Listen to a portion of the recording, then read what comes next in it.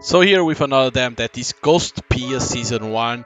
Uh, this game is developed by Joss Whedon and published by Home 6 and Yokaz or something like that. It's very hard to remember those names, I'm sorry, but it's very hard to remember.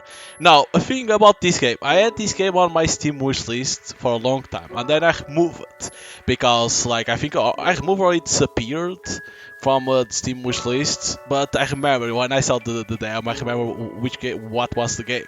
So that's why I put on my wish list and downloaded them to play. But it's a thing that I still remember about this game.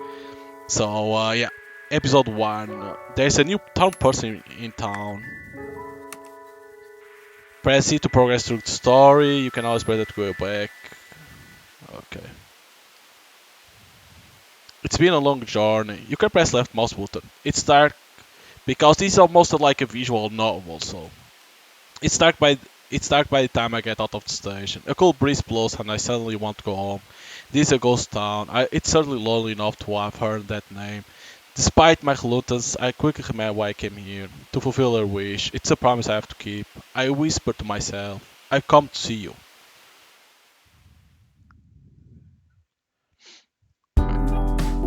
See, Shosuido presents.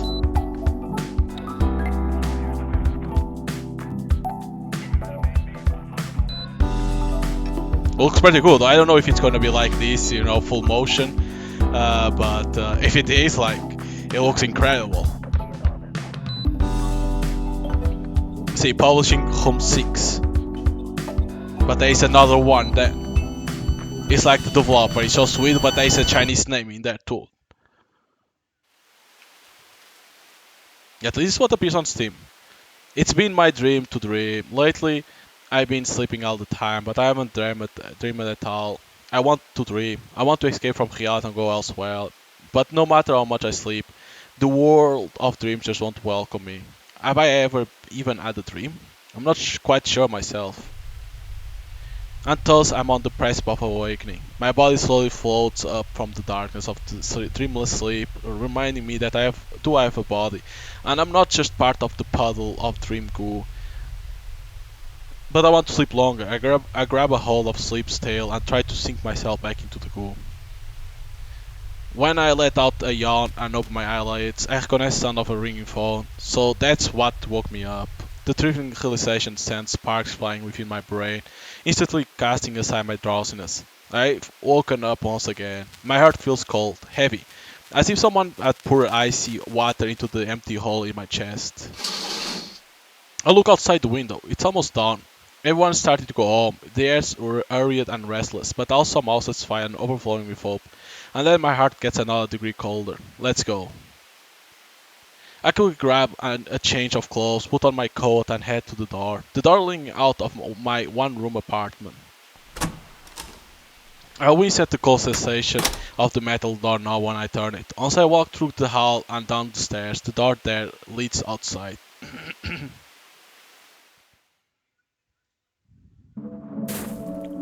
It's the same outside as ever. Thick snow covers the ground like always. Good thing I brought my boots. A cursory glance at a nearby brick fence reveals graffiti in the language for him to me.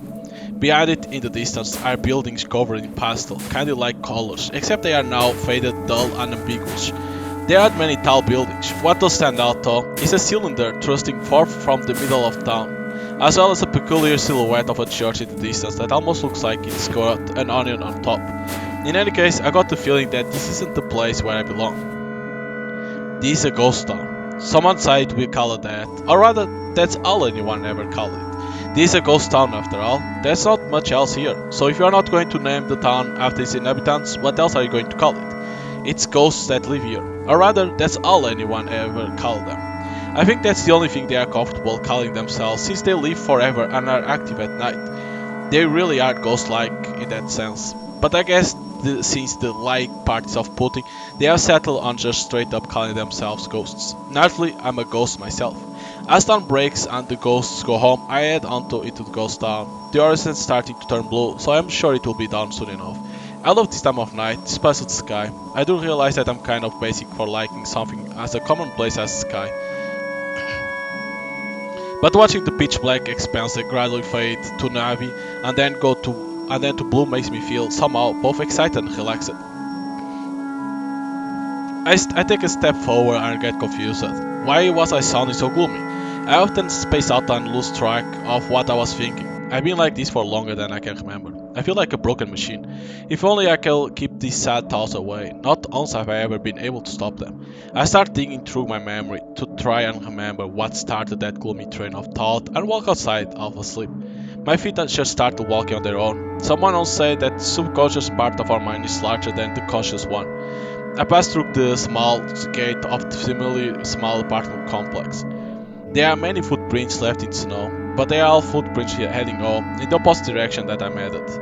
It seems like the lonely thought that set my memory into motion. I remember now, once again I failed to dream. Then I got a phone call from that girl, which woke me up. I couldn't sit still, so I went outside. Ha! I wish I didn't remember that, but I suppose when you have forgotten something, it's human nature to try and remember it. The need to remember may not be at the top of the hierarchy of needs, but it's definitely pretty high up.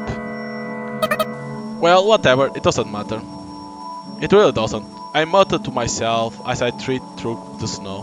When I reached the road, the snow has already been cleared, making it much easier to walk. There's not another soul on the road, but I can feel the gaze of the ghosts from inside their buildings. I can't say I like it, but it's better than seeing them face to face. There are many ghosts in this town, but as someone who currently doesn't have any friends, my one and only hobby is to walk around town early in the morning like this. It's nostalgic, melancholic, and yet somewhat exciting. That's how I always feel when I go for these walks. I walked through the shabby backdrop of the city streets until I turned the corner, and the scenery changed ever so slightly. I've reached the plaza in the middle of town. There are benches placed here and there, as well as signboard of a cafe with a full view of the plaza. But it's not exactly a place with a calm, relaxing atmosphere. And that's due to overwhelming press of something that's the opposite of calm and relaxing. In the center of the plaza is the indiscernible stone wreckage of what probably used to be a fountain, and sticking out of it is a giant metal cylinder with fins. It's been here for age. Its silhouette is simple and clear, so to its purpose, destruction, complete and utter destruction. There's no mistaking it. It's a missile. I have no way of knowing what sort of missile it is, but the fact of the matter is that it's a missile, nothing more, nothing less. I don't know how long this town history goes, but ever since it became a ghost town, the missile's been there apparently. Since it hasn't exploded, it's probably a dud. And strangely enough, the missile is packed with the names of the town ghosts etched all over its surface, like some sort of memorial. Naturally, my name is on there too. I have no memory of writing it there, and yet there it is. Like a signature on a shady contract I've been deceived into signing. Maybe I'll be a little proud to have my name here if I like this town, but since I don't, it doesn't make me happy at all. Instead, it makes me feel like I've been bound to this depressing place, so if anything, I find it disgusting. Sukiyaki! I take 2 or 3 steps back, get the running start, and give the missile a good kick. Specifically, I aim at the spot where my name is written. Someone speaks up from behind. You idiot, what if it explodes? Shocked, I turn around to see a red-haired girl I recognize. She's a person, or rather a ghost, I'd rather not run into. Yep, that's one thing I haven't forgotten. What? It's not like I did anything, so Anya. She may have not done anything, but I have, so I don't know what to say. Obviously, I'm not expecting her to do anything in retaliation, and it's not like I hate her or anything. But I don't know if what I have done maybe was some kind of taboo. Ow, ow. So all I can do is let out a pathetic groan. Hey, wait! I turn around and make a break for it. I run shamelessly, waving around my arms and legs. Anya that had appeared right behind me, so I have no choice but to make a loop around the town that's roughly shaped like a circle in order to get back home. I try to run fast, but my body just doesn't feel like it. I keep tripping and almost cry every time, but before I realize I'm back home. When I close the door behind me, I finally snap out of it. I can now almost feel the wind blowing through my stomach. Now that I think about it, I haven't eaten anything in a long time. Well, it's not like I'm gonna die or anything. When I toss my coat off by the door, it starts melting from the bottom hem up. like when an orange peel hits through a piece of styrofoam. It bubbles, melts, and forms droplets. The bolts I tossed by the bed melt too, leaving behind useless heels and soles. And by the time I toss myself onto the bed, even my feet start to melt. Even ghosts feel pain. Once the skin melts off, it exposes muscles that gets dry and stiff upon contact with the air. It hurts. The smallest flicker of air in the room caused me unbearable pain, as if rubbing irritants into open wounds. Ghosts can survive the morning sun. The risk I kept tripping over myself on the way here may have been a result of losing part of my leg muscles. Thinking about that possibility helps distract me a little from the pain. But it's not as much of a problem as it may seem. It's not a big deal, really. Nothing dies in this town, just leave it alone for a while and everything will be back to how it should be. To sleep is to temporarily lend your body to the darkness of slumber. By the time I wake up, my body will be back to normal. My legs will have healed and won't hurt anymore, hopefully. This sure hurts. I speak up even though I know there's nobody there to respond. Well, it would be nice if there was someone to respond, someone to sympathize with my pain. Maybe I'm a little lonely. Did a teardrop fall into my pillow, or was it just my imagination? My eyes fall shut before I can find out. I can see a town off in the distance. I'm heading there at full speed. To the left and right is nothing but an endless snow desert. Up ahead, railroad tracks stretch far into the distance. Behind me, the railroad ties blur together, which is a sign that we must be going pretty fast. At this speed, I should be feeling the wind onto my skin, but I don't feel a thing on my body. It's only now that I realize I don't even have a body at all. Without a body, I exist as nothing more than a perspective. A perspective that's somehow chugging along the railroad like a train. Without the body, I don't get tired, so I just aimlessly watch the scenery flow by. Once I'm about a few kilometers away from the town, I finally recognize it. That's the town I live in. That's a bit of relief. At least it's not some strange unknown territory. Before long, my train will arrive at the station. But as I gradually slow down, my body doesn't feel a thing, not even momentum. Suddenly my perspective switched, as if someone had turned the turning dial on an old analog radio. My new perspective is facing the doors inside the train. I'm already at the station. The doors open automatically. There stands a girl. She pulls the corners of her mouth to the side as if to say bleh before telling me, "Welcome." Welcome. I've lived here for a long time, so I don't need anyone to welcome me. What's even going on? I tried to tell her those things, but I can't speak at all. By the time I wake up, it's completely dark outside. Ghosts are nocturnal creatures, and thus the town's bustling with liveliness. No dreams again. The pain in my legs and the damage to my clothes have both vanished, as if nothing had happened. I'm just a little relief. I think I woke up much earlier than usual. I check outside the window again as part of my daily habit to see how much time is left before the sunrise. We need to talk. I haven't seen that electric bulletin board before.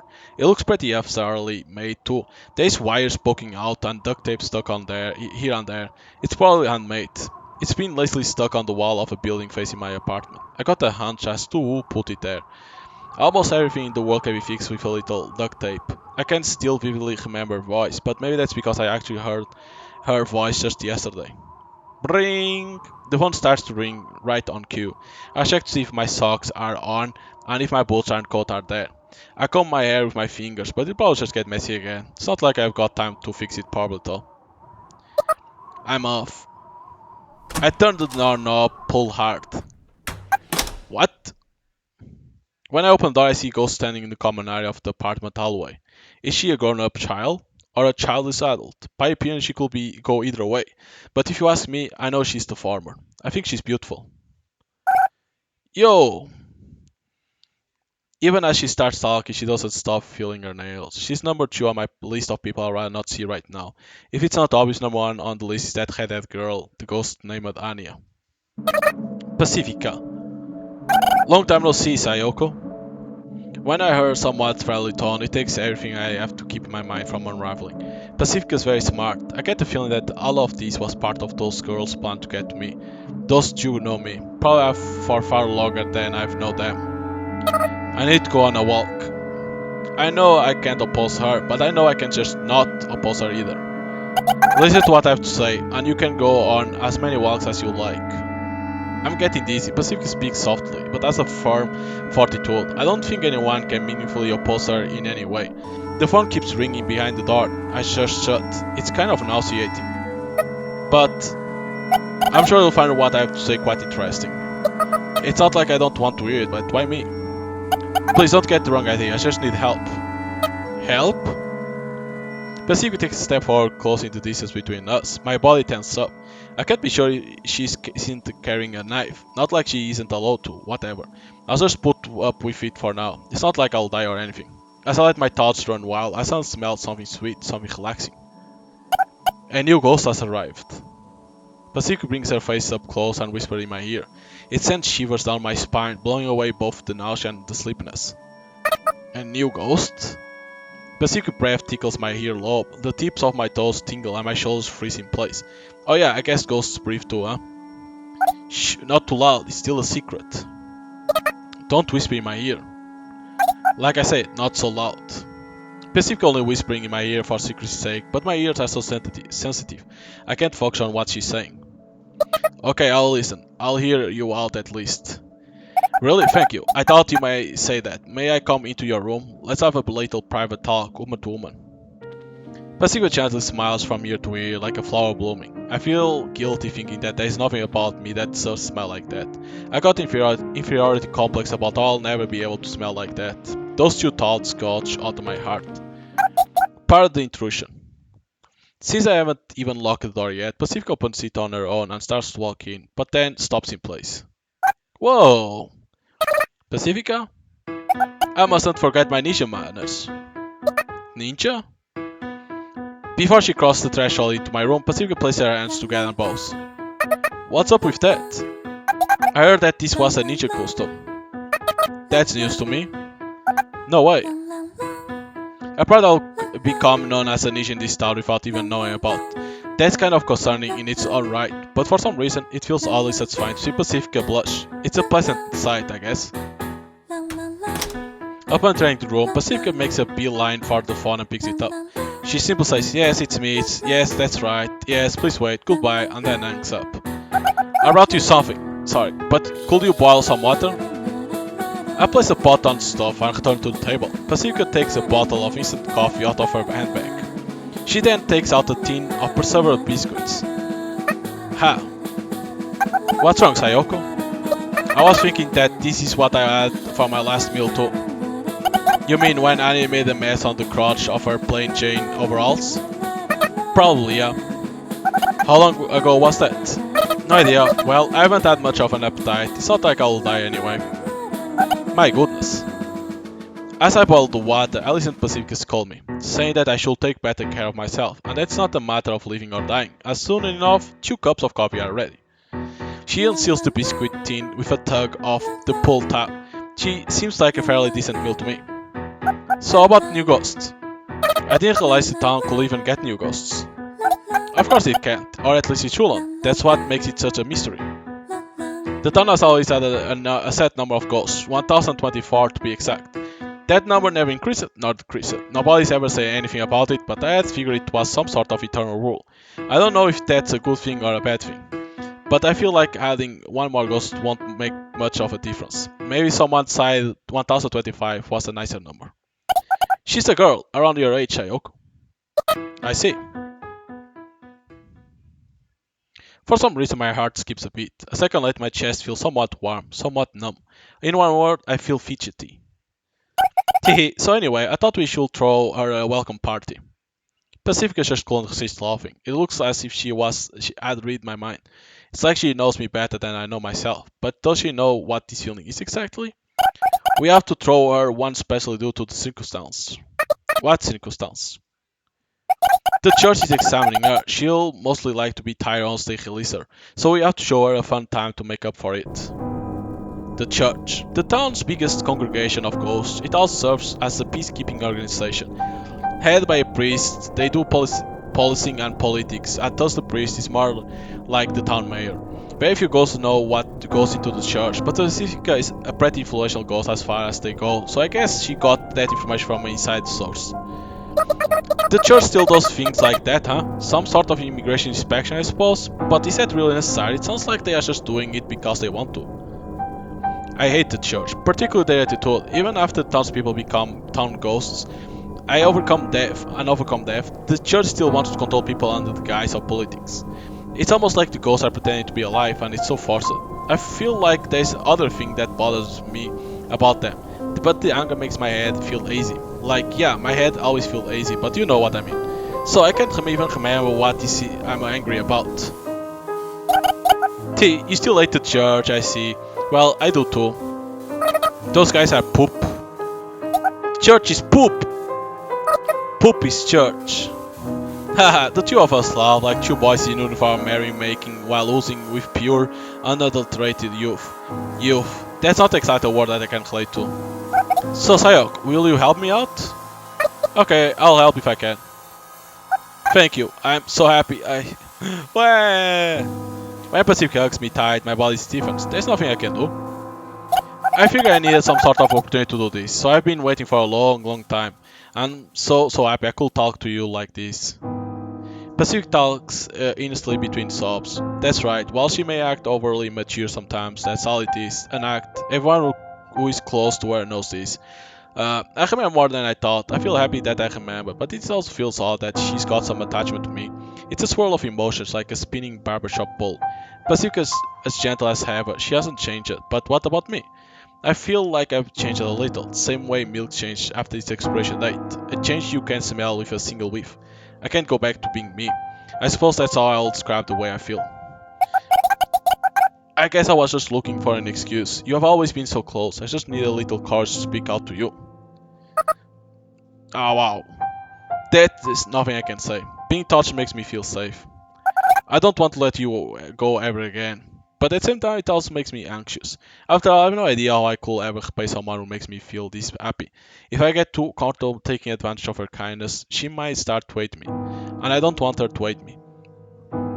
I can't find the words to say. With just a simple hug, all of these feelings are revolving around inside me, and I'm just so afraid that I'll end up crushing this moment into dust. And just like that, the happiness has faded away completely, leaving nothing but coerced anxiety coursing through my heart. Am I just not used to dealing with kindness? Eh? Pacific Sun lets go, and for a second I fear that my worst fear had come true, but the reality is slightly different. Sorry, Sayok, but what is it? Are you showering properly? You kinda smell like spoiled milk. Oh, now that you mention it, I haven't showered since the other day. Which other day? You know, when Annie spilled coffee on those ugly overalls of hers? The poop talked! Pacifica leaps backwards away from me. There's a look of fear on her face that she probably wouldn't want anyone else to see normally. Well, I mean, if nobody's gonna come see me and the air is not humid, then why bother showering? What happened to I don't want to let you go ever again? Who asked you, you 100-year-old poop? It's been 100 years? The very concept of calendar has disappeared from this town, so time has become incredibly ambiguous. Individual days are simple to track, but as the day piles up, it's impossible to keep track of months and years. You'll have an easier time counting the sand in the desert, as snows around this town, one grain at a time. If you think about it, I suppose it's not normal to go this long without showering, huh? Maybe I really have changed it. Am I trying to reclaim myself? Take a shower now! Okay. My fear of being separated from Pacific turns into fear of Pacific herself. I stop thinking, grab a towel, and head to the bathroom as quickly as possible.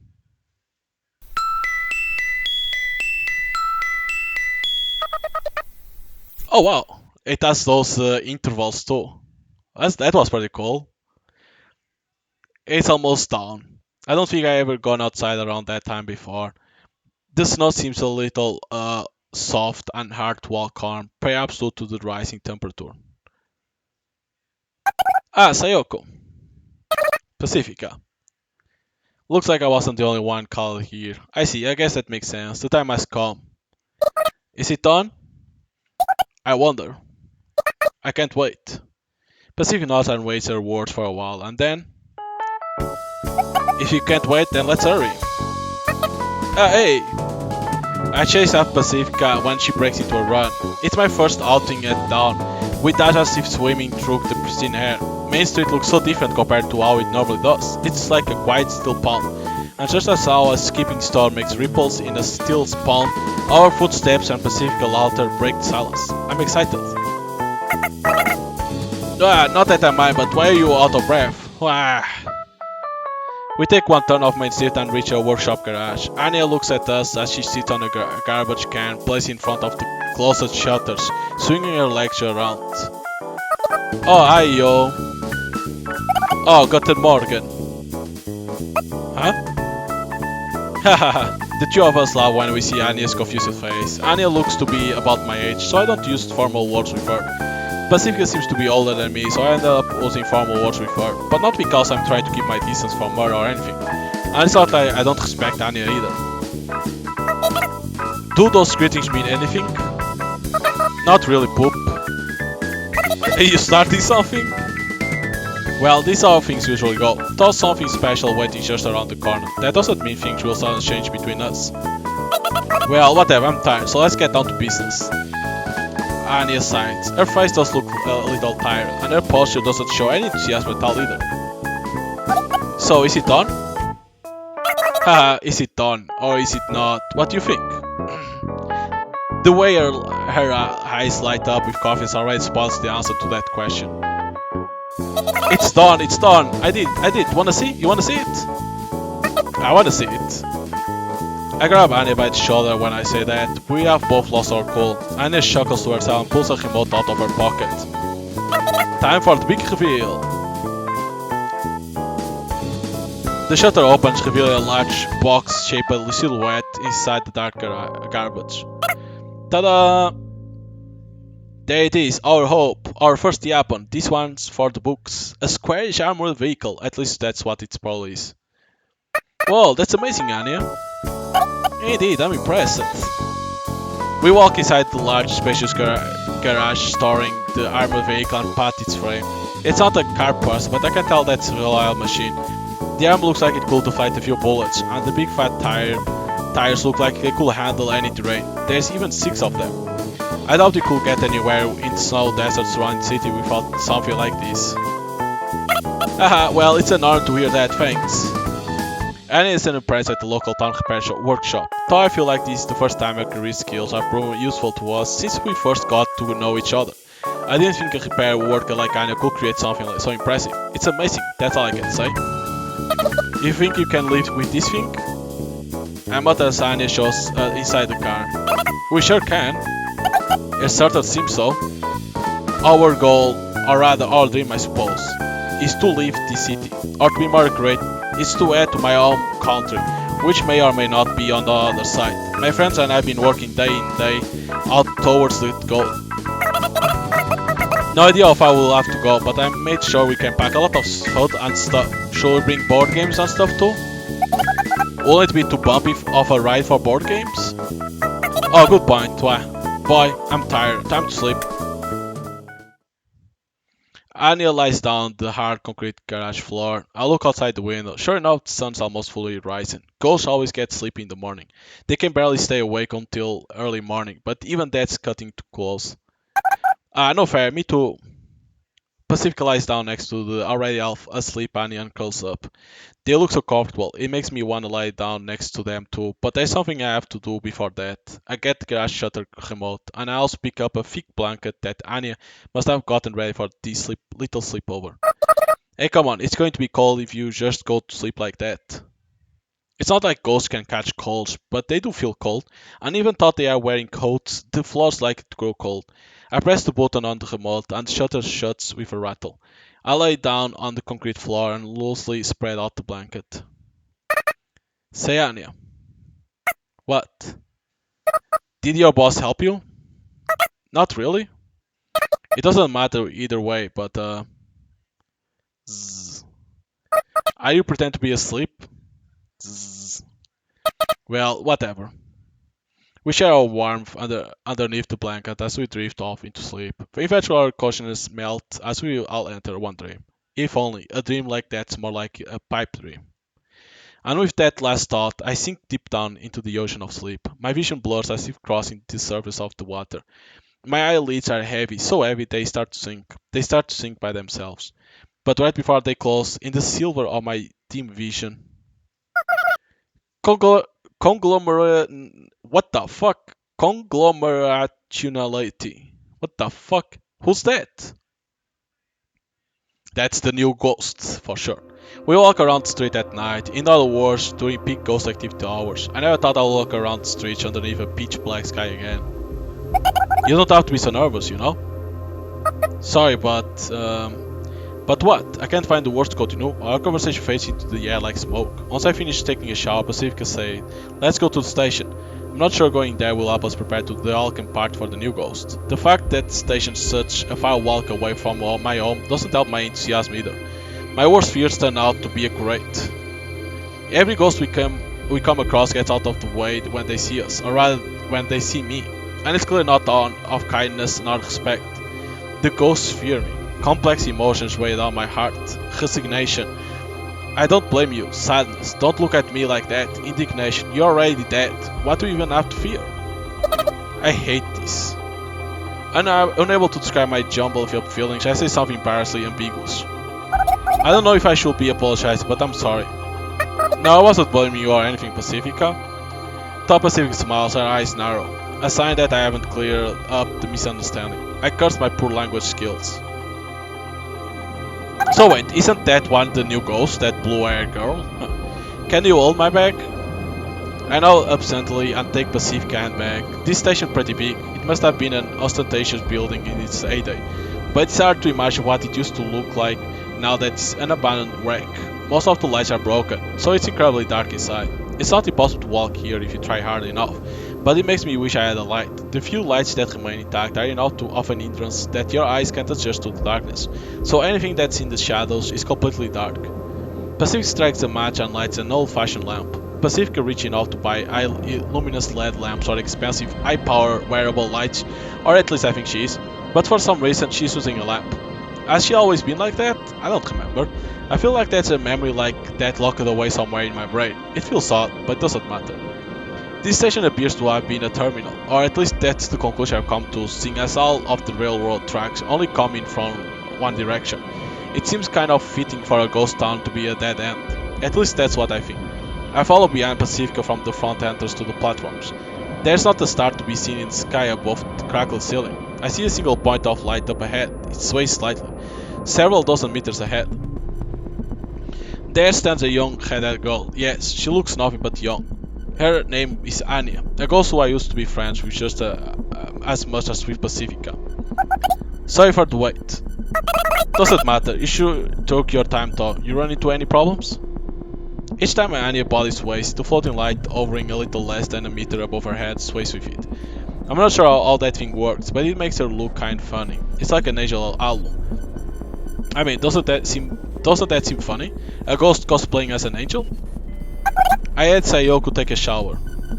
Oh, I see. I stay silent. I try not to say anything unless spoken to. Long time no see. Yes, I guess so. T, looks like I win this time. Whatever, Passy. It's not like I wanted to win anyway. And I didn't want to lose, Anster. Anster just doesn't sound right. The two of them exchange playful banter, but Anya's face looks a little stiff since I'm here. These two are my only real connection to the town. Judging from what they say, I guess the two of them were betting to see who could drag me out of my room first. But I'm not enough an idiot that I will say something like, "Don't use me as a pawn in your games, you two." It's necessary to just accept these sort of things if you want to revive interpersonal relationships that have remained stagnant for years, or even longer. Okay, Sayoko, let's head to the garbage dump. Ah, why the garbage dump? I want to ask, but instead I stay silent. I don't want to disappoint them. Despite the things I say, I dream of reviving our friendship. Okay, let's go. A slight shadow seems to cut itself over Anya's face when I say that. It's a little frightening. Did I do something wrong? I guess there is no use dwelling on it. Alrighty. Anya claps her hands twice, and the floodlight above her head changed from an angelic owl to a shining sun. It's so bright it makes me squint. Ah, it's so bright. Maybe a little too bright? This thing's a cheap model, so it's only got 2 brightness levels, but I figure this should be plenty for picking up garbage.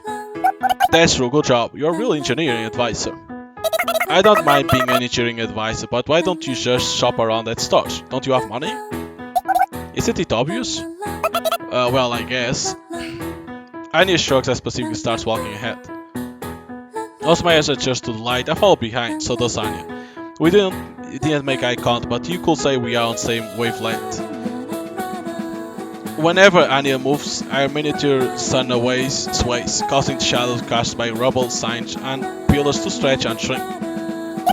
Let me explain from the beginning. The needle on the compass points north. I know. Well, you really know your stuff, Anastasia. Don't call me Anastasia. But that's what Anya is short for, isn't it? Hell no, don't just make stuff up. But it's cute, you are a princess. That's exactly why I hate it. Don't you dare try to make it a thing. We could backtrack the way we came, thanks to the intense light, much easier this time. It's still pitch black outside the station. I get a little dizzy thinking about how long the night is. Anya claps her hands twice, and light fades. The light's mechanical car plops onto the ground. What a convenient little thing. Probably too expensive for me to afford though. Then again, I guess I can't afford anything since I don't have a job. Apparently the new girl's being integrated at the church. Yeah, I know.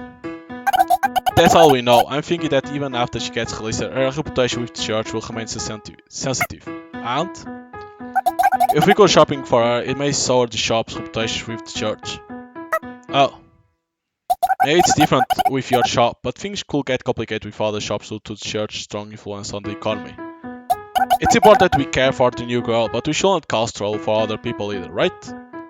Pacific breaks into a smile. I like this smile way more than that flawless forced smile she makes sometimes. Who cares? Rude. Shut up. As those two talk, we've reached the garbage dump. It's near the station, so it doesn't take long. Now that I know the garbage dump was our destination, I guess it makes sense why we met up in the empty station. It's a perfect meeting place for an outcast like me. It's easy to think when you don't talk. Isn't that right, Sayoko? Huh? I was just saying it's been years since we walk around like this. I suppose so. Will you look at that? Annie's facial expression changed again, I think. I guess I can still stick her off, even talking as little as possible. It's been under of years, hasn't it? Has it been that long? I think so. Okay, then let's go with 9,999 years. I don't get why that quip's gotten so popular. I don't like it one bit. This conversation is reassuring in two ways. First, it's reassuring to know that my presence doesn't immediately ruin the mood. And second, it's reassuring to know that I'm not the only one who lacks a sense of time. Now that I think about it, I don't think I ever heard anyone else talk about it, but maybe I just don't remember. My memory is pretty much just a vague puddle in the back of my skull. Maybe it's because it's just common knowledge. Maybe I forgot what common knowledge is. Sayoko? Yes? Pacific voice snaps in my inward focused conscience back to reality. When I snap back to reality, there's a tall chain link fence standing before us. Part of it's made to open up like a door. It's the entrance to the garbage dump. It doesn't look like it's locked, so we easily get inside. It's not like this place is off limits or anything, right? Nah, garbage collection isn't like exclusive merchants or something. The boss and I come here for parts sometimes too. Ah, really? You have been here, Sayoko? I come here occasionally. The garbage dump is the alpha and the omega of this town. From garbage you come and to garbage you shall return. It's almost like the opposite functionality of a real garbage dump. Ghosts can't keep more than what they need. Any excess impedes a source of furniture or suddenly disappears when forgotten. And just as suddenly, those things appear here at the garbage dump. That's why this place might not actually be a real garbage dump. It's the same thing with the ghosts, we just happen to call them that, but nobody knows if that's what they really are. But they still exist regardless. Oh, it's so hard to find footing here. Get organized. That's a tall order for our garbage dump. Anya turns her light on again as we carefully trudge over the piles of garbage. Garbage tends to end up in clumps of related items, so with that information in mind, we look for conspicuous party goods like streamers or colored pens. I find some sort of canned fish at my feet, so I pick it up and put it in my pocket.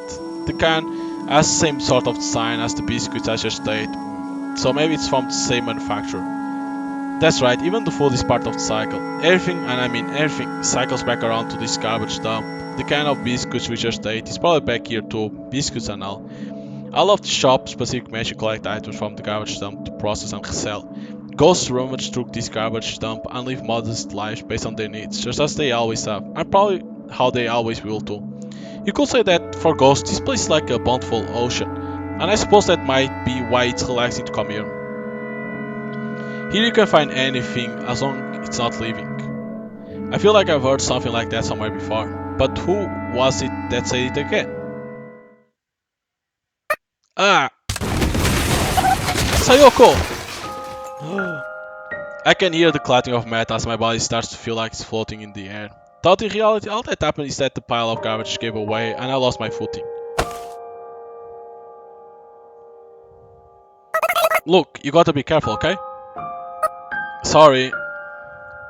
Unable to keep up with any sudden movement, the fault lamp tumbles into the garbage pile and shuts off. So not only did I lose my footing, but it also suddenly dark, causing me to panic for a second.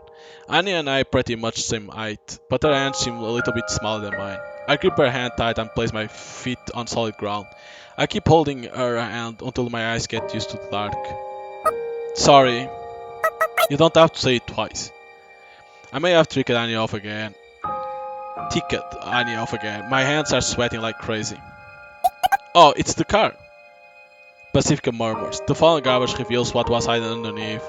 Jutting out of the pile of garbage, it's a rusty station wagon. There's no way this is stable footing. That car thing was a whole ordeal. It took until morning to work on it that one time. Only now does Anya look me in the eyes, as if peering into them. Her green eyes glow gently, like beautiful emeralds. Her hands start to feel warm, though I guess it was always warm, and I'm only noticing now. I relax just a little bit. What car? With one careless word I extinguish that light. The warmth in my hand quickly fades. Thought that shouldn't be a surprise since she had shaken off my hand, exposing its damp surface to the cold air. Don't you remember? Even you should. No, wait, I remember, honestly, we tried to leave by car, didn't we? I'm flustered, so flustered, I get dizzy. I frantically search through my memories for what I should know, for what I shouldn't ever forget. I remember what happened. In the end, too, we all. You really are Sayoko, right? Of course, I'm me. I haven't changed it. I'm me, I think. But am I really? There's no way that I can't be me, right? But for some reason, I'm not so confident. I'll be confident if I had something to prove my own identity, right? It's no use. My thoughts keep spilling out like snowy sand. What? Does Sayoko change into something else if you leave her alone, like cheese? Pacific gives off a somewhat exaggerated laugh, as if to say, well, she did smell like spoiled milk. If Pacific didn't come to my rescue there, I probably would have kept on panicking forever.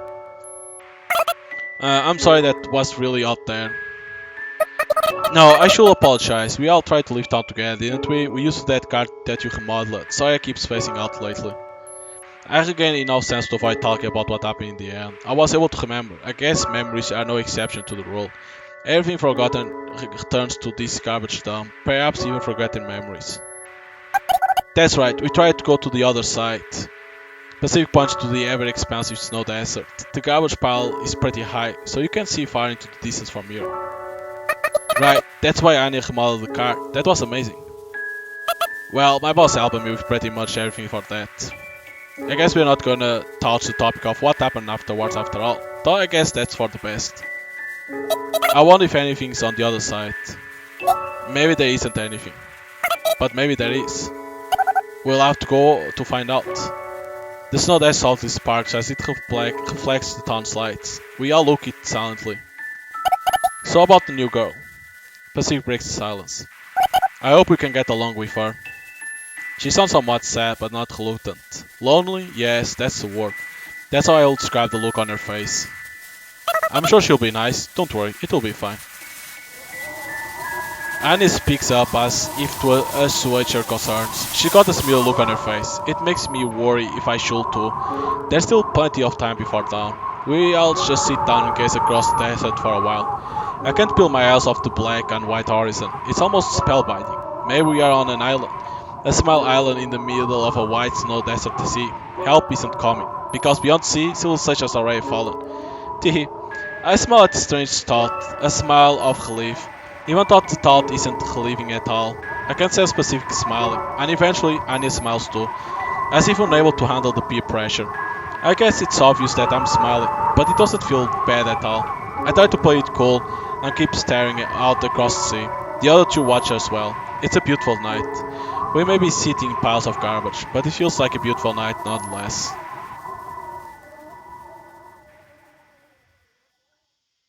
So she doesn't remember what happened in the end or with the car. About 60 out of 100. If I were to rate today, that's about how I'll rate it. That's why I gave my rating the moment I crawl into bed, so my opinion may be a little skewed. I yawn, I sit up and take a sip of water from the plastic bottle at my bedside, a bottle I just picked up earlier. The cold sensation passed down my throat. I let out another sigh. I'm too tired to even feel tired. I'm so tired of thinking. I don't even want to think about being tired of thinking. That's how pathetic I feel. We were able to pick up all sorts of party goods, load them into the bike trailer we found lying there, and carry them off to Pacifica's place. Pacifica wanted to take home a small, stylish sofa, but got into a little argument when Anya said it was out of question.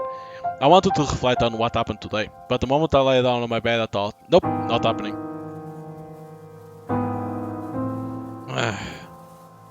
I tried stretching, but no avail. It only makes it worse, if anything. The intense sleepiness quickly crushed my conscience, so quick I don't even have time to think about what crushing a conscience means. Good night. So who the hell is the new girl? I thought it was that one with blue. The following is Sayoko's attempt of recalling her memories. Oh, in the car. Okay, go. The red-haired girl steps on the gas. The car starts. An angry man in priest robes glares at the car from behind. I'm excited. Me too. The girl with the blonde hair and the girl nuzzle their faces against each other. They are very close with each other. And look, the town's I don't know what it means the rest. Another memory. In the middle of the snow desert, three girls. Why did you put Sayoko behind? Why would you? Gunshot. Am I next? Sorry, but you gotta come quicker. Gunshot. Yet another memory, an awful vague one. The black-haired girl arrives in the middle of the plaza dragging two corpses behind her. The corpse of the blonde girl and the red-haired girl. Someone help, please, help me. Help them. A crowd gathers in the blink of an eye. Brownie men surround the black-haired girl. The red-haired girl and the blonde girl arrive on the scene, perhaps having revived at the garbage dump. The crowd makes way. The red-haired girl vomits. The blonde girl pats her on the back and breaks down crying. The corpse with her away without a sound. They mumify in fast forward, leaving nothing but bones. The men lunge at the black-haired girl. End of memory. The plaza is covered in the blood of the ghosts. That's about what happens to ghosts when they die. Their fleeting corpses will quickly begin to wither away. They grow cold from the head down. I can't believe the beast-like horror coming out of my mouth. Even if I try to keep it in check, the rough breathing keeps spilling out. It irritates me. In retaliation, I trample on one of the broken neck corpses at my feet. The barely intact neck makes a nice squishing sound when I stomp through it onto the ground. I look up to see Pacifica and Anya staring blankly at me. Their eyes are empty, as if they are not even looking at anything. My mind is completely blank, but I do know what I've lost everything. I try to escape. I turn my back to them and try to run away. And right behind me stands an unfamiliar girl.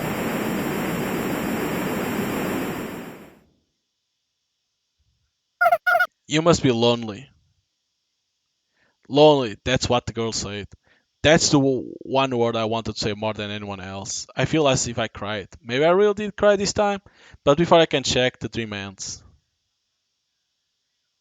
Probably killed our friends. Is it?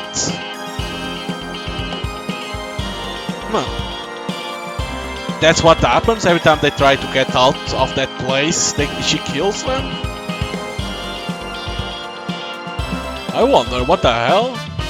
And then that blue-haired girl appears. Huh.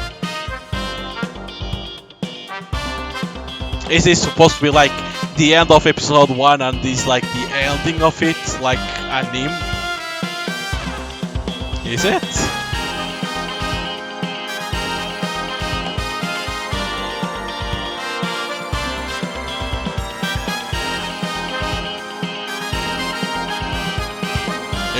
If it is like, it's pretty cool, it's well designed.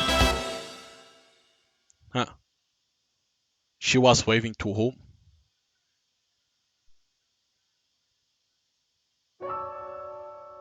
ghostpia. Whoa. Episode 2. The day of the nameless anonymous birthday party. You can continue? Whoa, wait, you have 2 episodes in them? I thought it would end in the first. It's like a dream. That's supposed to mean everything good, right? As in, I never expected a present like this. It's like a dream. In any case, I'm currently in the room even fancier than Pacifica's place. The fireplace is so warm, and it's a different sort of warmth compared to electric heating. I'm eating ham. We all are, actually. There's a ham as big as my head on the table, and we are eating it with gusto for some reason. The world is a silent save for the clattering of tableware, the chewing of the ham, and the occasional cracking of firewood. It's almost as if everything outside this room has been annihilated and the world exists only for us to eat ham. And when I say us, I mean me, an unfamiliar girl, and a crying nun with a bloody nose. She's the one eating the most. This situation is very much like a dream. The softness of the egg pile rug seems to numb my sense. It's like a dream. I ponder that thought again. This situation we are in is indeed like a dream. But is that a good thing? It certainly doesn't feel like a good thing. At least that's what I think to myself as I approach the nun's temple with my pistol. Why do we have a pistol?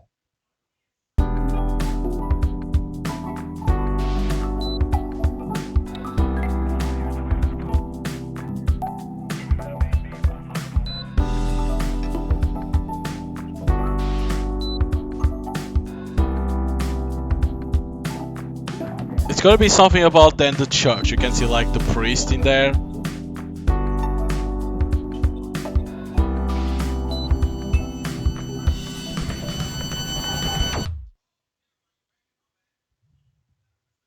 I remembered something. Just that it happened. I didn't remember how I felt about it or anything. If it was as if I was simply watching a slideshow in an empty audiovisual room, completely disinterested. Huh? Did that happen? For real? As soon as I start to question it, my body feels like it's floating. My limbs clench for something to grab onto, and then I find myself on my bed. I had woken up. Was that a dream? That was strange. I spaced out for a while, but then I remember what I have to do and get out of bed. I gotta go to Pacifica's place. Pacifica wanted to throw a welcome party to the new ghost in town, which I thought was an interesting idea. Pacifica also wanted to patch things up between me, her, and Anya.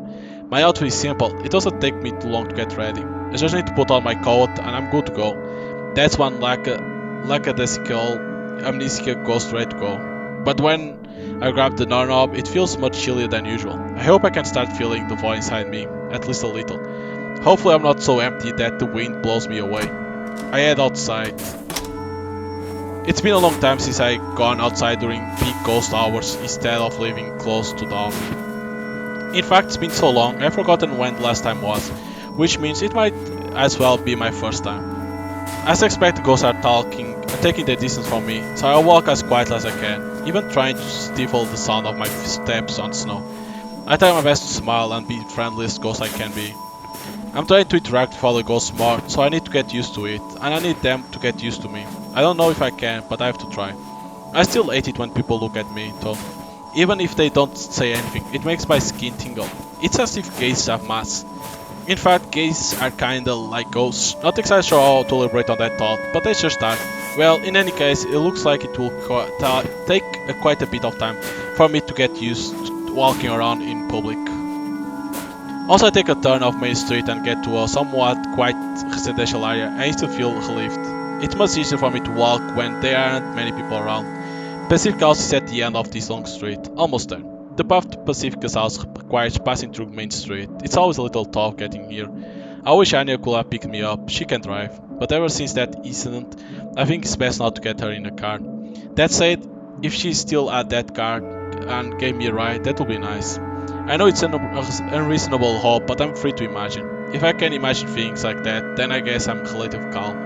I'm suddenly caught off guard when someone calls out to me. I nearly jump out of my skin, and that's when I realize how careless I have been. You got the time, little miss? A scraggly voice calls out to me like the sound of someone prying open the rusty trunk of a totaled car. It's so grunting and abrupt, it makes me shiver a bit. It's the old man. Yes, old man, I do have time. I give him a weird answer without thinking. How embarrassing. It's because he caught me off guard? I mean, what time is it? I suppose I misplaced my damn wristwatch. The owner of the voice sitting on the walkway, leaning on the side of a building with his legs out. If I had to describe the old man in one word, that would be dirty. He's literally sitting on dirt, so he looks even dirtier. It's hard to fathom it in a town like this, but he appears to be homeless. If he doesn't have a phone, he probably doesn't have a bathtub either. That said, I got both a home and a bathtub, and I rather bathe, so I guess I'm not one to talk. So, do I look disgusting to other people? Oof. How do I explain this?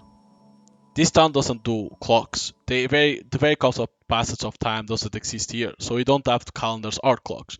We just have a psychological sense of what time it is, I guess. I never really thought about it. Maybe it's just me being stupid and everyone else does indeed have clocks and schedules to keep up with. I feel kinda lonely when I think about it like that. Could have sworn I had it, but it's gone now. What a bummer. It was always a great and reliable. Told me when it was waking time, lunchtime, and that time, of course. The old man accent so thick, it's a little hard for me to understand. When he stops talking, it gets real quiet. I can hear the bustling of Main Street in the distance. It's like the roar of waves. My ears start to ring. Honestly, I don't feel like talking for long. I could just run away from it all, but I want to be a good and proper ghost. So I decide to answer him honestly. I don't have a watch, so ask someone else, please. Okay, bye. I start walking before I finish talking. Hold it right there. Keep. I freeze at this sudden yell. My wife said she'd be back by 3 o'clock.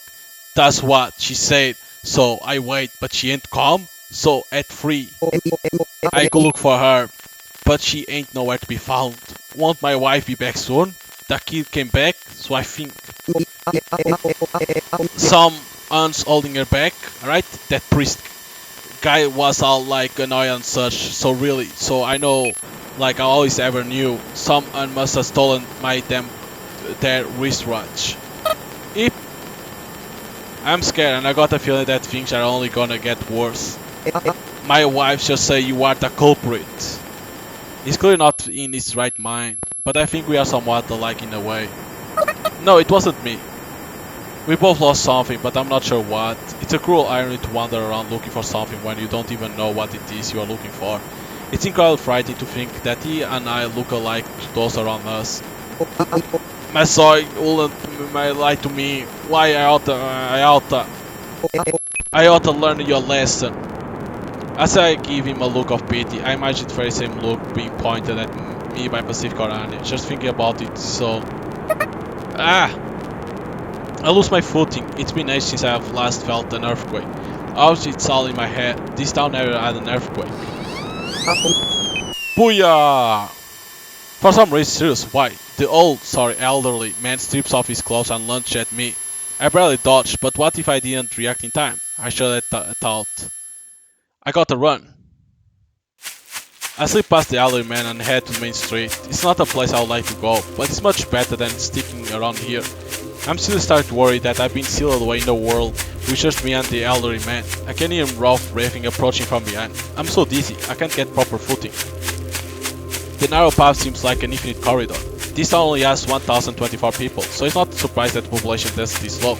Not sure why that thought passed through my head. Guess my brain just wants to escape from reality. By the time I leap out into the bustling main street, I'm out of breath despite not having run that long of a distance. I don't scream for help, I want to, but I hesitate at the last moment. The ghosts look at me with fear in their eyes since I rushed so suddenly out the main street. I feel like this has happened before. I can suddenly feel the cold snow through my boots again. My nose tingles. The other man catch up to me is wearing just this undershirt. Finally gotcha. Please stop already. I shout. Part of my brain, or rather, a part of me says, you should just ignore him from the start. The elderly man stopped and stares. Did my shouting catch him off guard? Wah! The old man's eyes begin to water, and it's not because of the snow. He's crying. Wah! Why am I alone? Why won't nobody love me? Wah! He cries echo even louder than my shout. What is the problem? I want to know. I really do. This is really uncomfortable. It's like when someone points out something that you just can't unthink. I'm starting to get nervous here. I don't know. I avert my eyes and walk away. I've taken a bit of the tour, but Pacific House isn't too far away. And this time I'll make sure to ignore everyone. The elder man stops crying, and when I start walking the path clears. Crunch, crunch, snow crackles underfoot. The ghosts shatter, their voice masked by that faint sound. I keep walking. I know the answer to your questions, little missy. I don't stop walking. Crunch, crunch. He's bluffing. I'll tell you the town's secrets.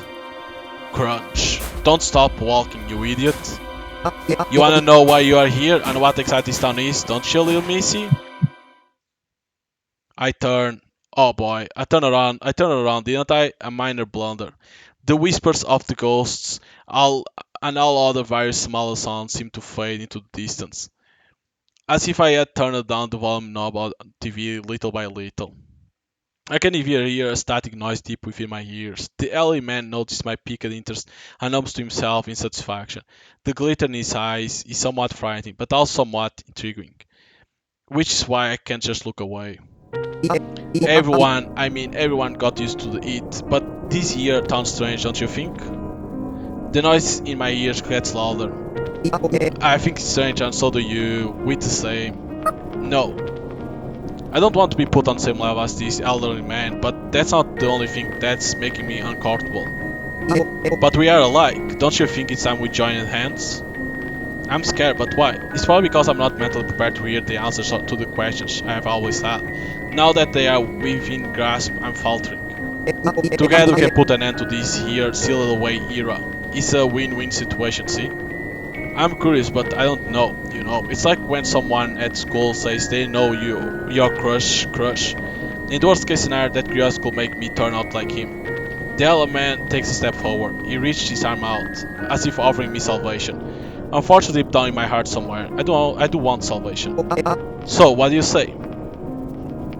The noise growls louder. No, please no. I reject him twice for good measure, because I almost impulsively took him up on his offer. Why not? It's simple, you know? He takes another step forward. He grabs my hands. His hands are so much bigger than mine, and they are warmer than they look. I know. Why don't you be my daughter? Snap. What he says just now snaps me wide awake, as if I had woken up from a dream. The other man's weird undershirt is clearly a normal mental state, my loneliness. Well, things are a bit backwards from how I planned, but it's no biggie. He starts swinging my hand around as giving me a double handshake. Knowing my daughter loving honey, she's sure to come home if I bring home the daughter, or else they ain't no good. Hehehehe.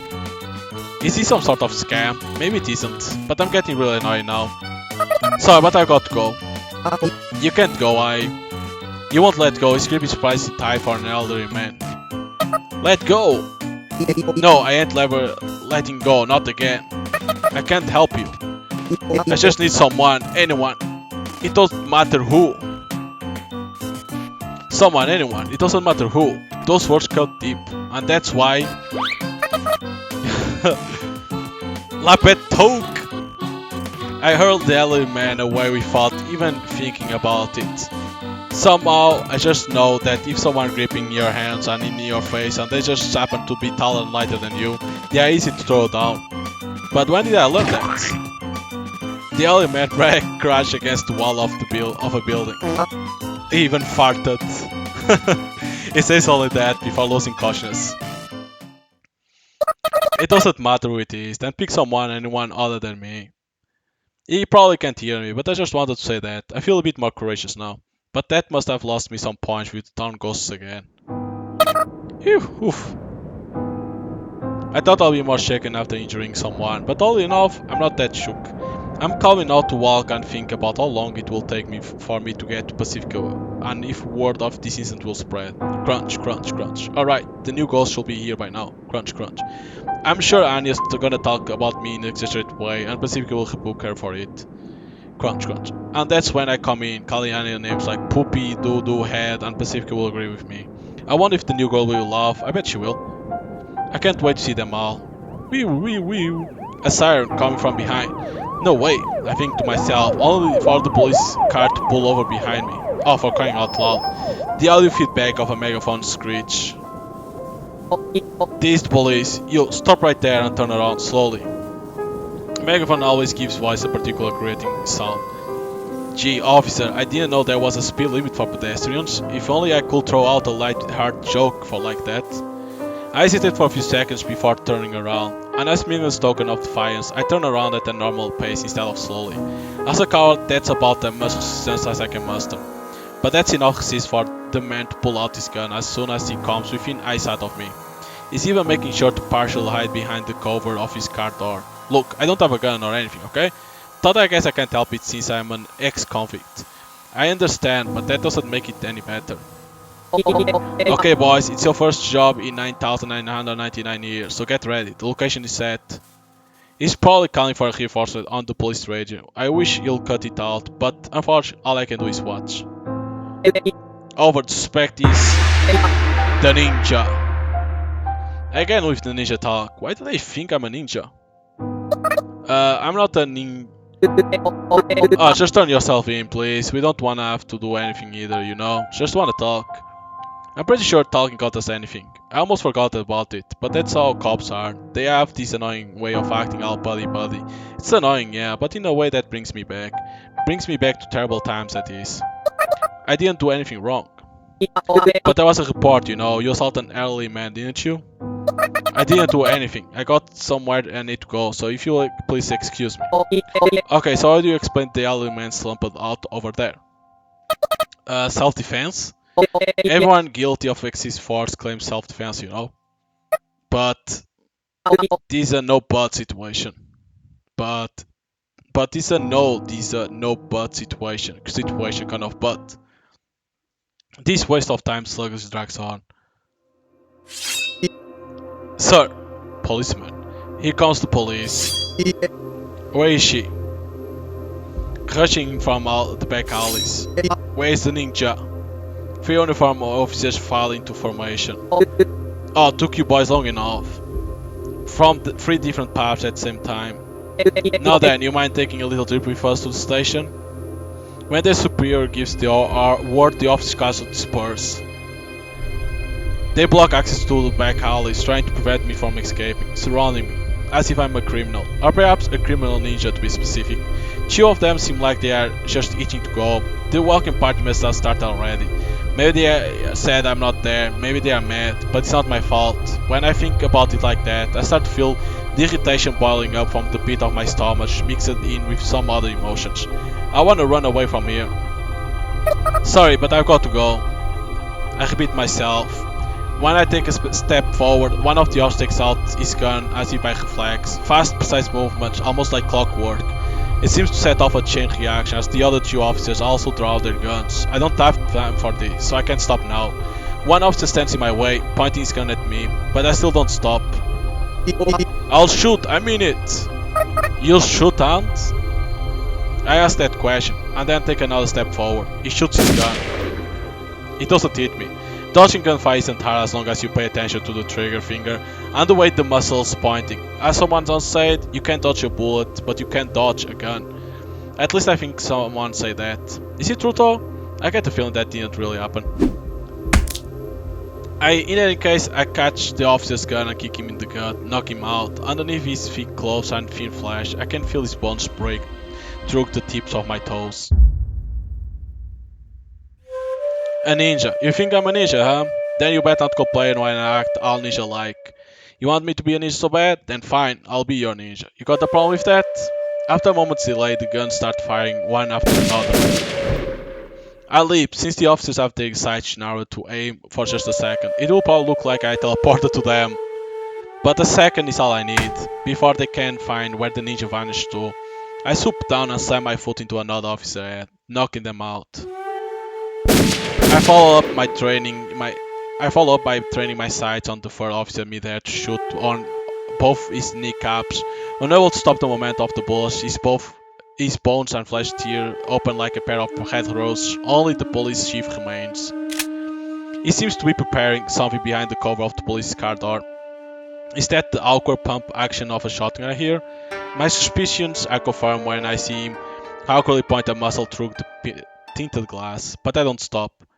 I hold up one of the fellow officers as a human shield as I advance. Do you dare shoot your ally as he still breathes? He dares. I admire your guts, chief. The police car window shatters. The glass shards twinkle as they dance through the air. But you forget that I can leap. Now you have nothing to show for your guts, and his ally guts are showing for nothing. As I dodge the wide spread of shotgun pellets, I look down at the astonished face of the chief. I brace the lower half of my body for the landing. Why do you look so surprised? This is what ninjas do, isn't it? It's your own fault. I know I've always wanted to dream, but this is pretty much a nightmare. Before I realize, I hear that noise in my ears again. My nerves are right on the edge. The soles of my shoes touch the ground. Thankfully, I don't sleep on snow. This is your own fault.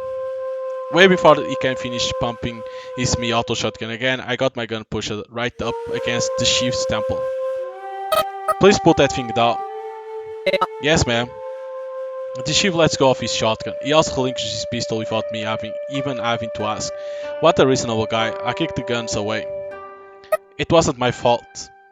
Yeah, I believe you, really, but the priest. Priest? At first I'm caught off guard to hear that name, but it makes sense when you realize the priest has the police in the palm of his hand. He told us to protect the town if the ninja ever get violent. Is the priest the one who labeled me a ninja? Yeah, maybe, I guess. I lower the gun, I put it in my pocket. I dust off my hands. Tell the priest he can go to hell. Huh? Again, that makes twice today that I sent a guy flying through the air. Farts again? $100. The police investigator yells the name of an obscure marine organism before falling unconscious. He's heavier than the elderly man, but I still pull it off. Guess that's one more reason to hate the church. I toss the officer's gun into the trash and start heading towards Pacificus once again. That was a pretty cool scene. There's nothing odd in particular about the rest of my journey, and I'm not just saying that because of how bizarre the journey has been so far. I just mean I keep walking, making progress, and eventually reach my destination. Pacifica is a little bit away from the center of town, but none of that really matters now that I'm here. It's a splendid house that even I can appreciate. It's different in every way from my apartment. It's spacious, warm, and standalone. You'll expect a rich, friendly family to live here, and that specifically see by herself. But then again, so does every other ghost in town, without exception. There's a weather-beaten sofa sitting out in front of the house, a ghost man sitting on it. It looks as if an eyesore. Oops. I didn't want to press the middle mouse button. I don't remember this sofa, but maybe it's just slipped in my mind. It strikes me as strange that he's sitting outside all exposed to elements. But then again, this whole town is weird at its core, so strange, it's nothing out of the ordinary. Now that I think about it, I remember this being the sofa Pacific picked up from the garbage dump when we did garbage collection yesterday. I'm half relieved that I remembered, and half sad that I forgot. The positive and negative cancel out to zero inside my heart. I ignored the man and head to the door. After just a second of hesitation, I ring the bell. For an expensive looking house, the doorbell sounds surprisingly cheap. After a moment's silence, the door opens abruptly. The thick panel of wood is almost perfectly soundproof, preventing me from hearing anything that might be going on inside. Yo! Contrary to my expectations, Anu shows up rather than Pacifica. Hello? I feel like I stumbled at the first step. I panic a little, but just a little, so I'm able to act natural. Nice weather we are having. It's night and snowing. Oh wow. I stumble, stagger, and fall flat on my face. Metaphorically speaking, not physically. That's just what it feels like. It kinda hurts. Well, whatever, come in. We got coffee, black tea, and some weird herbal tea or whatever. What would you like? Anya heads back inside, beckoning me in. I follow and shut the bulky door behind me. The very sounds of the streets suddenly fade into the distance, even sounds I didn't realize were there until they are gone. I went with coffee, one sugar. Why are all the drinks at this girl's house so good? They must be so expensive, so bogey. Saying that, Anya leads me through the hallway towards the living room. There's a nostalgic smell, the smell of town ghosts, a sweet heavy smell reminiscent of honest scent candle. Since they disappear in the sun, sometimes it feels like the only real thing about them is their smell. When I enter the living room, the smell gets even stronger. The room decorated colorfully and cheerfully for the welcome party. There's a fireplace, but it's just for show. The room is actually heated by a large noisy heater. I hesitated before addressing Anya. Oh, do you just want hot water? Sometimes you just want to drink plain hot water to feel something, huh? No, not that. Anya can be kind of tense sometimes. Not that there's anything wrong with that. It's just how she is. You just gotta be direct with her. Where's Pacifica? Oh, she went to go pick up the new girl. Oh, I guess I jumped at the gun then. I thought Pacifica had already started the welcome party. Am I late? Well, you are pretty late, but I think Pacifica faces some issues on her end too. I'm a little worried that it's my fault since my violent rampage could have caused delays elsewhere in town. Speaking of my violent rampage, I wonder if Anya will hear about it soon. Pacifica got ears everywhere, so she might have heard about it already. I feel dejected. I don't want to think about the subject, so let's switch gears. About how late I am. Relatively. Meaning? Look, if we had no great sense of time, we wouldn't say things like 9,999 years. I slip up again. But I guess the positives and negatives should cancel out to zero again, because now I know for sure that the elderly man idea of 3 o'clock is nowhere to be found. I suppose you're right. Here. Annie hands me a mug. The coffee inside it's so pitch black that it almost looks like tar. You're not gonna say you don't want any, right? You used to drink this a lot after all. Thank you. I drink it down. It seemed sweeter than what I drank yesterday. Is it good? Probably. What's that supposed to mean? Anyway, here. Annie hands me a tin can the size of a matchbox. Thank you. Looks like they are mint flavored tablets, which I don't think is a good match for coffee, so I put them in my pocket. Annie sits back on the sofa looking pensive, but not angry. At least that's what it looks like to me. She got the mug in hand just like me. She stares at the surface of the black liquid. I stare at the entrance of the room watching her. I forgot to ask her where to hang my coat. Say. Annie looks up. I start to worry that I've been staring too much at her. Yes? Sorry, if we are bothering you. Bothering me about what? That's what I should have asked, but I'm too late. A little too late. Anya starts talking about before I say anything. If we are not bothering you, then that's fine, but I don't want to be a bother. That's just a lose-lose situation all around. Anya talks in an intermittent burst, so it takes me a moment to figure out what she's talking about. Are you talking about calling me over here? If it's a bother, I'm sorry. You don't look like you are enjoying yourself too much, and you look like you hate it when I talk. I just want you to believe me when I say there is no hard feelings or anything. I feel a little hopeless. Though I don't know if hopelessness is something you can feel just a little of. It feels like just a teensy tiny part of your heart has been crushed. Overall, you might not be that hard, but you feel hopeless in that small aspect. It's not like I hate being here with you. I say that loud and clear, I swear it. I suppose the obvious explanation here is that I'm lacking in sociability. I should have smiled more, I should come here sooner. Annie doesn't know about the scuffle I had outside, so she thinks I just dragged my feet to get here. I don't hate it at all. Annie looks at me. Now it's my turn to look down at my mug, except I already drank up most of mine, so I got no choice but to look back up. Well, okay, but... Annie looks at me again, with sad eyes that make me sad too, thought not as sad as her. But I wanted to do it. Anya murmurs. We decided that this was what we should do, even if you hated us for it. What you should do. We wanted to make a new friend for you. It's the least we could have done. After all, it's almost like we had stolen ourselves from you, I guess. I get what she's trying to say. It's almost painfully obvious to me. We want you to have friends, even if you hate us. We could at least get a new girl to be your friend, couldn't we? But that part I just can't understand. I'm sorry, I really am. I'm sorry if you are being too nosy, but still, you got it all wrong. For a moment I thought I could hold myself back, but I realized I just can't. I shout. This is all just a big misunderstanding. Yes, this is a big misunderstanding indeed. One huge misunderstanding. I hear a voice from behind. Pacifica standing there with snow still clinging to her body. Pacifica. If you are wondering why I came back alone, it's because those poops at the poopy church kicked me out for some poopy reason. Pacifica talks up a storm in a single breath, but she doesn't stop there. And yet I still do my best to leave with a smile. And what do I see? A stupid client calling out to me, even thought I say I'm closer today, but I still handle it with a smile. Anyway, I came back because I was worried about Sayoko. And what do I hear you telling her, huh? Look, I just felt like I had to say it. I mean, it's not fair to hide it from her, is it? Fair, I see. Fair, huh? Look, time is everything when you got something to say. If everyone spoke what was really on their mind all the time, we will have nuclear warfare and the world will be blown to bits. A sure mutual destruction, don't you get it? I'm sorry. Pacific angry looks cause Anya to completely shrink away. It's kinda upset to see her like that. No, it's okay, I don't mind at all. I speak up louder than I anticipated. The gloom in my heart seems to have dissipated. I suppose the gloom was blown away by Pacifica's whirlwind of complaints. That must have been her intention from the start. She always one step ahead of me, huh? She's trying to make me a friend. It makes me happy to think about it like that. Why don't we just leave it at that? If you want me to whirl this empty head red head out of the window, then just say the word. How about it? There's no need for that. You are too kind, Sayoko. Won't you agree, Anya? I'm so sorry. It's okay, really.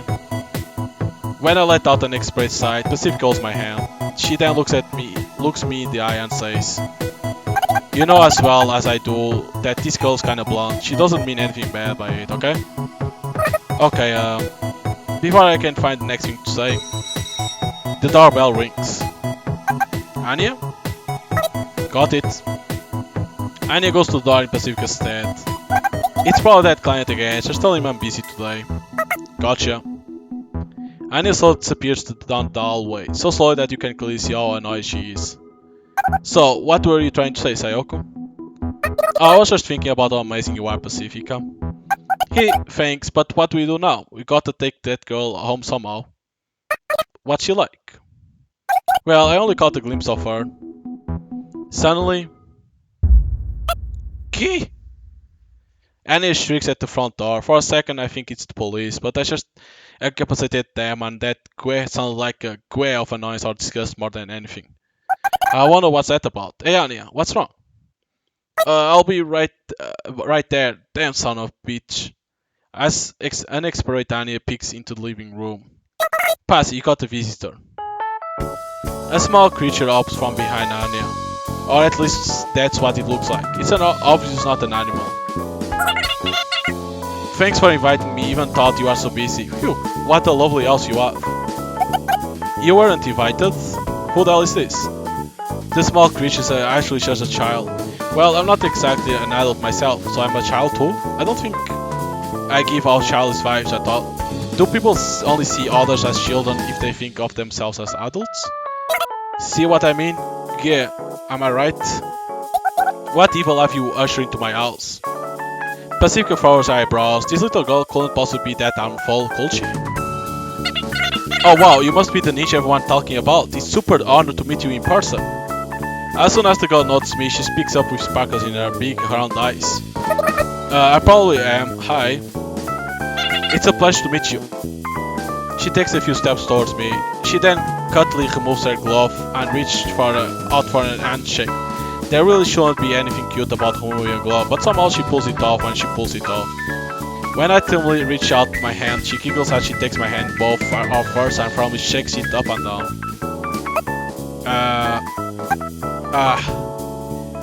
What we discussed, she seems like a polite young girl. That's exactly why. Say, Clara, shouldn't you introduce yourself? You're right. The girl named Clara hops back, straightens her posture and looks me in the eye again. My name is Clara, I'm an apprentice nun at the church, please bear with me as I learn. She bows her head, not her upper body, just her head, an awkward gesture for sure, but that awkwardness only adds to her cuteness. She got a very cute face, but she doesn't seem really to realize it herself. It looks like she's trying her best to please everyone in her own way. She's perfect because of her imperfections, at least that's the impression I get from her. See? I'm sure you understand now, Sayoko. What? You see, this girl isn't clergy or anything, she's just a normal girl, but she's always around the church because she adores the priest. So you wait her because she's a church spy? That's about a third of the reason why, yes. She may look cute and innocent, and she even modest and unaware of how cute she is, and she does cutesy kid stuff for every now and then. That's why everyone loves her, she's perfect. And because she's loved and perseverance is unbending, she's so pure, it makes everyone love her all the more. Few people hate that kid, that's why she can't even tell if someone hates her or feels uncomfortable around her. And that just makes everyone around her love her more and more. She's happy every day, and so is everyone around her. There's something blood curling about Pacifica and any explanation. The way they are blocking the exit as they talk makes it feel like they are initiating me into some sort of cult. I suppose that's pretty much the opposite of what they are doing though. Everyone loves that kid. She's cute, cheerful, unbiased with her unconditional love, and she has an irresistible charm. And I haven't done anything worth of praise, I just want to be like the priest. She's got a very cute face, but she doesn't seem to realize it herself. It looks like she's trying her best to please everyone in her own way. She's perfect because of her imperfections. I take another look at the nun entering in front of me. She kinda pissed me off. I know, right? It seems we have come to an understanding. So basically it boils down to how it makes one feel to see this perfect little girl living her perfect little life. Many people will probably think she's cute, but some won't. So you're projecting and using her as a scapegoat for your own inadequacy. You could say that. Well, I guess it's kind of creepy for everyone to like someone, so I guess that's natural. I won't deny it, but I won't apologize for it either. Okay, let's toss her into the fireplace. It's been a while since that thing's been useful. Hey, oh, Miss Anya, what a funny joke. Oh, come on, damn it. Anya looks upward pleading, as if she's given up on everything. She then shovels over to the sofa and collapses onto its soft fabric.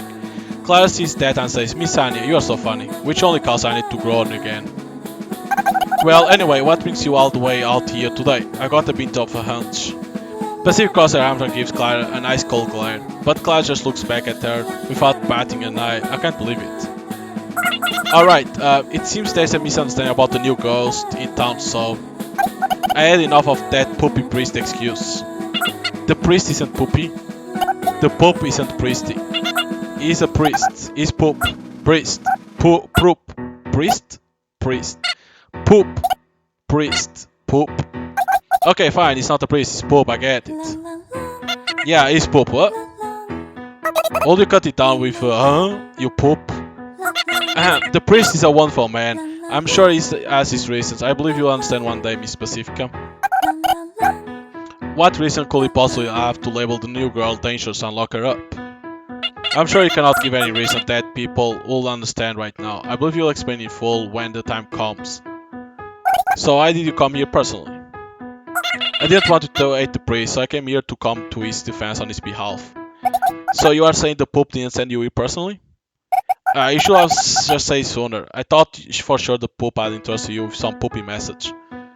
No matter how much Pacific makes fun of the priest, Clara's eyes never lose their shine. I can do nothing but shudder as I watch the conversation unfold. The priest delivers the word of God to us, and Clara wants to deliver the word of the priest to everyone. Anya. I heard you. Poop. Don't bother with the fireplace, the window will do, it saves us the trouble of killing up. You think so? I always thought that girls who pull the whole courtesy act deserve to die in the fire. Hey, this isn't the time to joke around. I'm not leaving until this misunderstanding is cleared up. I know that you will understand.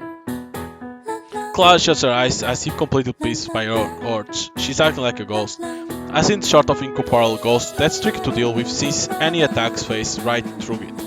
A troublesome spectre that's always present and can never be interacted with. I see, please leave. You can either leave through the door or the window, your choice. No, I'm not leaving. Let's be friends with specific Miss Annie and Miss Ninja.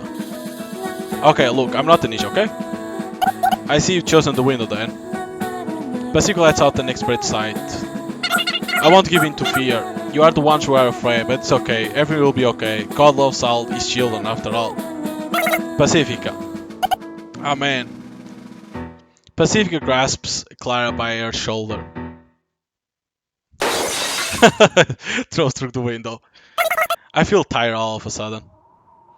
Today's just the worst. What were her final words? Why would you say when you were being thrown out of a window? At least say "eep" or something. Guys probably like that part about her, the woo part I mean. The wind's blowing through the broken window, but none of us complain. We would rather invite the cold than invite her. The courageous sway in the chill, invisible wind. Annie and Pacific ignore it as they sit back on the sofa. I'm sorry you went through all this for me. I sit directly on the floor a little bit away from them and lean against the wall. Warm air rises, so it's much colder near the floor than you expect. I hate myself for failing to find a better sitting position. Having failed to accomplish their duty, the welcome party decoration looks somewhat cold. That poor new ghost, I hope for her sake that she's not the cutesy type. Don't worry about it, I'm not mad at you, Sayoko, I'm mad at the church, you know that, don't you? Well, yeah, but I was thinking I caused you a lot of trouble. I don't know the specifics, but I realized Pacific worked real hard, for my sake, so that she could make me a friend. Even if I stopped being her friend, what's that supposed to mean? I didn't hear everything that dummy Anya over here said, but it's not like we want to stop being friends with you or anything. We just want to do something for you, as a token of reconciliation. But physical objects quickly disappear, you know, so you wanted to give you a friend. It's like planning a surprise party. We already got it this far, so we might as well see this whole thing through, right? We didn't mean to trick you or anything, honest. Yeah, I understand, it's okay. Actually, I should be apologizing for all this trouble I caused that before I can finish that thought, I sink into silence. I'm cold, the heater's on, but that's like bailing out a sinking ship with a thimble. It's too cold for comfort. Aren't you cold? Why not sit over here? Yeah, that's right. Pacifica and Annie scooch over and make some room for me in the middle. It should be much better than the floor. And we all might be warm if we share body heat. I get up, stand in place, and hesitate for quite some time. In the end, I decline the offer. I tell them I'm going home since I'm tired today. Okay, sorry about today. I'll find a bunch of stuff and get it all prepped by tomorrow. So please come back once you wake up. I'll be waiting. Let's drink coffee again. Sure, okay, I'll see you tomorrow. Wait, let me walk you. I tell her she can just walk me to the ends as we part ways. The moment the door closes, I can hear Annie's voice through the gap saying, maybe I should go home too. The sky's still dark, there's still ghosts coming and going around this time. Considering the commotion earlier, I should probably avoid Main Street. I walk stealthily, avoiding contact with others. I don't feel especially cold, since it was already pretty cold inside the room. They wanted me to make a new friend for me. That's what those two said. I feel like that's part of why I was so intrigued by the idea of a new ghost in town too. Anyway, Annie, Pacifica and I have ended up getting ourselves quite a reputation. A new ghost will be convenient as a friend, since she won't be aware of any of the town's history. She equally distant from everyone, so if you get to her first, we are sure to get on her good side. That's probably what I've been subconsciously thinking. The subconscious is an amazing thing, huh? I think my subconscious is smarter than I am. So in other words, they present match my needs. Regardless of how they try to show it, they treated me like a friend. It really does feel like a present. But if they want me to have a present, even if you won't be their friend anymore, it doesn't really make me happy. I sigh. I want to be friends with them forever. I never really thought I needed a new friend. I'm satisfied just spending time with the two I have. But saying that will be like telling them, no thanks, I don't want your present. I don't want to do that. I feel like presents should make both the recipient and the giver happy. I mean, I have given presents myself before, haven't I? Hopefully I have. I desperately search through my empty memory and arrive at my apartment before I know it. I'm home. Pacific House isn't that far away, but I feel like I've walked quite a distance. I wonder what happened to the elderly man and the police. Hopefully they don't come for revenge. I don't want to be thrown and shot repeatedly as payback. Payback, that gives me an idea. Oh yeah, I figured out something I can do. Maybe I can pay them back somehow? I don't think I really used my brain to think up something like that in a long time. Teehee. I can't hold back a giggle. Just when they thought I was out, that's the cryptic thought that comes to my mind. As soon as it crossed my mind, I tumble downstairs. But that doesn't stop me from thinking about how I can pay them back.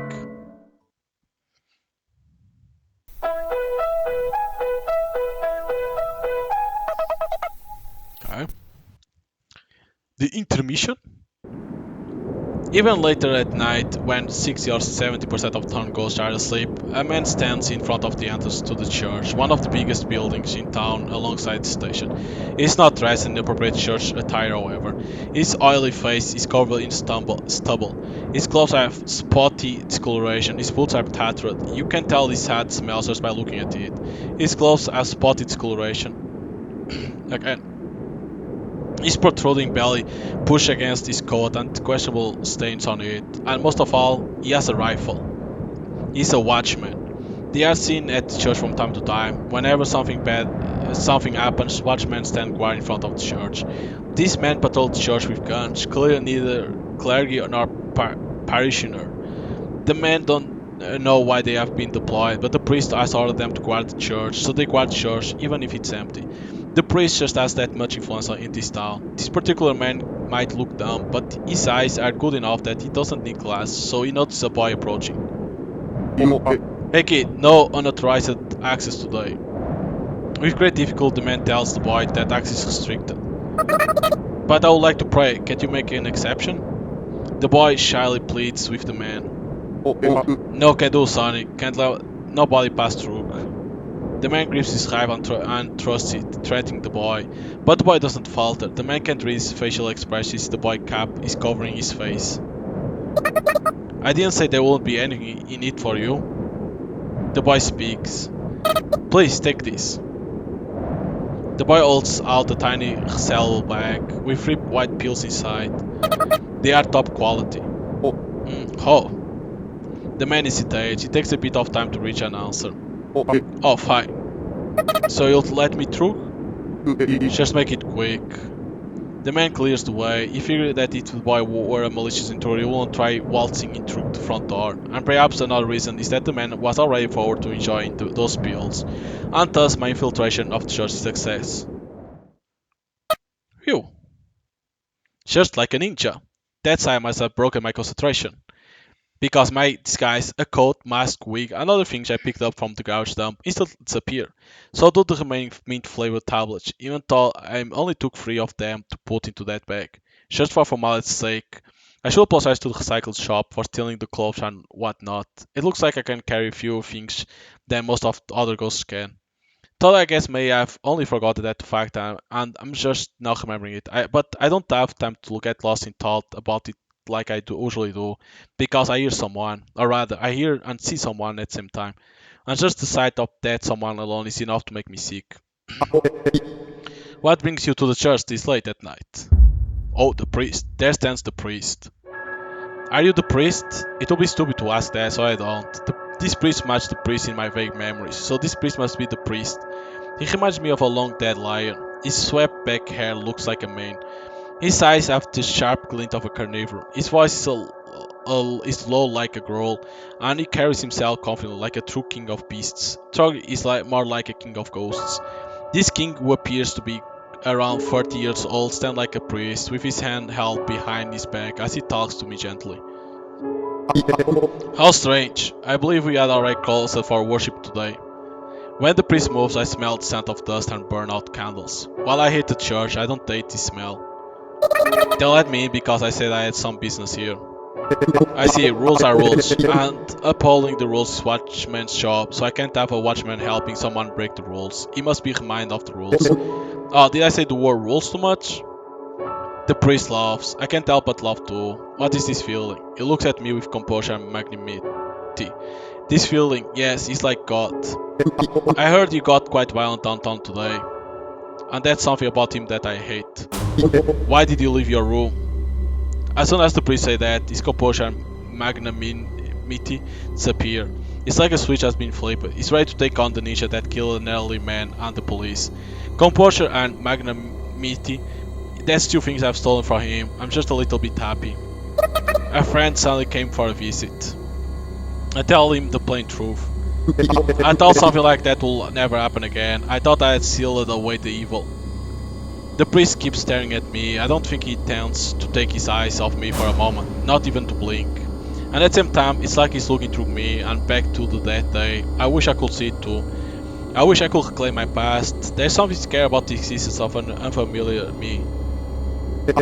You have changed quite a bit since the last time I saw you. For a moment I didn't recognize you, but I surmised if anyone was going to pay us a visit, it will be you. My chest hurts like a tooth cavity, like a long drawn out pain that will deprive me of sleep. So that must explain why Pacific Ananias seemed hesitant to get in touch with me. I've changed, and probably not for the better. Those two are nice, so they won't talk about it. I didn't notice. Those two have been watching over me, and the current me has just been taking advantage of their kindness. The me that those two talks about is just my empty shell. They embrace that shell, put on smiles, and explain things that should be common knowledge. Ah, this pain, is it my heart? I heard someone say that the heart has no sense of pain, but that can't be right. But something has to hurt for me to feel this pain. Where is the pain? I can't tell where it is, I can't feel it. I hate this. The new ghost is here, right? Give her back. I speak in a firmer tone. I want to get out of here as soon as possible. Give her back? But she's not yours, and you never had her. She's dangerous, maybe even more dangerous than you. I need her. For what purpose? My friends need her in order to help me, so I want to help them get her. It's a strange thing to say, I know. Maybe I'm broken, but this is the answer I came up with. So please don't interfere. I see.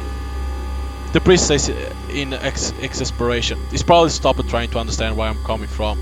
I cannot allow you to take her. She's a witch, a disruptor of the town's peace. I must seal her away. Peace? What is peace? We are ghosts. We don't die if we are killed. Does peace even exist for us? If so, then isn't every ghost already forced to seal away inside of this so-called peace? God is testing us. Until the day we earn His mercy, I must guide the townspeople to protect the peace and live modest lives, for that is my purpose. The priest looked at me arrogantly, with his hands still held behind his back. He may be cautious of me, but he's calm.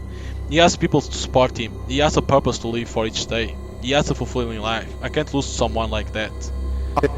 When we earn His mercy, He will lead us to paradise. He's spreading His word to one more person. We can live better lives. And I intend to hold out until that time.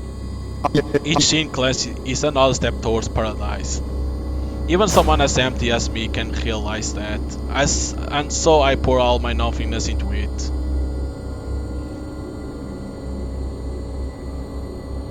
That's unacceptable. Something lights up in my empty self. I flash back at the Pacific room with the broken window for just a moment. I don't know who I heard it from, but someone once said that people respond better to anecdotes than logic. That's why smart people use tall tales to garner respect and amass fortunes. No idea when or where I heard that. As always, how annoying. That's probably what inspires me to talk back, interrupting the priest. You can't sway me with a tall tale like that. I say probably because it doesn't really feel like I am the one who said it. It's not a tall tale, it's the truth, all of it. I'm not sure some successful little girl. But you can be, as long as that is what God so desires. How long will you make this out to be God's fault? Do you hate this place that much? Just give it up already. There's no escape. Surprisingly enough, I laugh. A laugh that's a mess of different human emotions. Now that I think about it, people laugh all the time, whether they are happy, mad or sad, but it's a different sort of laugh. That's probably why it's appropriate to laugh in just about any sort of situation. Who am I anyway? Who is this girl who is talking? Some organ inside my body feels like it's been set on fire, and that fire setting me in motion. The magma like it boils my blood and circulates through my body. Even my head becomes a red, hot lump of heat, lighting up every last nook and cranny of my thought process. Silence! The priest brings his hand forward, away from his back, revealing an automatic pistol which he points at me, just as suspected, I suppose. You are evil, a demon. Sorry, but there's no demons here, just ghosts. It's ridiculous that you pretend we are alive when we are already dead. Our souls are alive. I'm going to shoot you. You'll revive. Lives and souls be damned. It's just an universal rule. The same thing that happens to objects happens to us. I'm motivated by something more precious. The likes of you could never understand how I feel. The priest has completely lost his composure, his magnanimity, and his high horse. He's no longer a lion, just a man. He's just a man, which why I must rely on a gun. A god wouldn't need a gun. I feel good, satisfied. Perhaps this is how it feels to rob someone of something truly precious to them. I won't be silent. What I have to say concerns you too. Come on, don't give up in this cold, dark place. Just silence, please. Don't say the same things she did. I feel a hint of compassion for the priest as I conclude with this final question. How long will you keep waiting and for whom? I don't understand the words coming out my mouth, but I do know that they are the last words that should come out of my mouth. Why? I don't know why I know. Hopefully someone does. I'll kill you. I see the priest pull the trigger in slow motion, but once I see it, my attention is drawn behind me. Father. Back towards the door I came in. The door opens and in comes the man I slipped past earlier, his rifle drawn. The man instantly processes the situation and... Ninja, how dare you fool me? Die! Saying that, he pulls the trigger, but it's already too late. I already pulled a pistol out of my coat and aimed it at his brown. At this point, I'm not even questioning my lightning fast movements. I think of what I want to do and do it. It's so natural, I've come to accept this unfamiliar me. Accursed ninja. The priest fires without hesitation. He probably realized that now that the man is here, chaos and destruction in church will be unavoidable. But his aim is off, so there's no need for me to even move from this spot. Oh, I guess I miscalculated a little. What you want? The priest yells. I think to myself, how should I know? But I answer. I say so at the start, didn't I?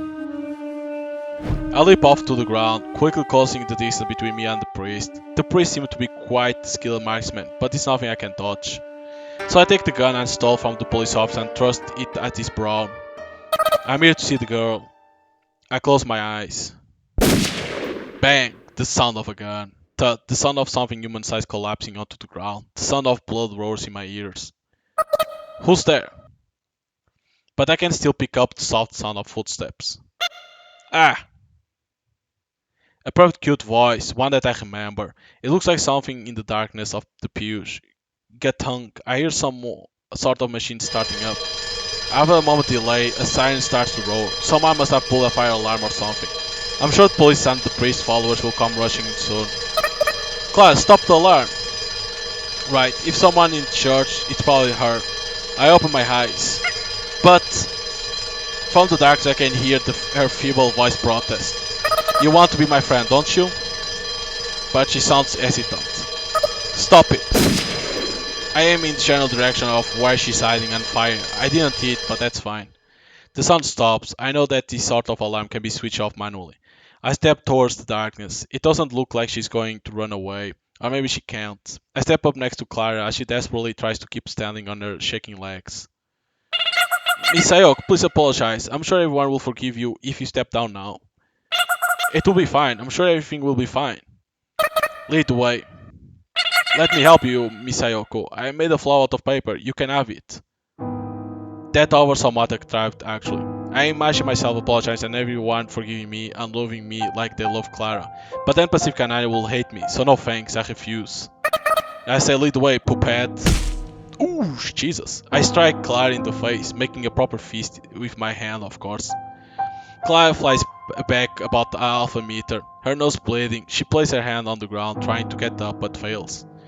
She looks confused. She hasn't realized that she's been roughed up a bit, but she's not crying. She's just got a bewildered look on her face. She still doesn't realize what's going on, and that irritates me. I hate you, but I might come to like you. Lead the way unless you want me to eat you again. I spit out those words. To be honest, I don't hate her enough that I want to eat her. Clara's slide gets up without wiping her bloody nose, and with a delicate, truly ghostly voice she says, "This way." And she leads the way. Let's be friends once this is all over.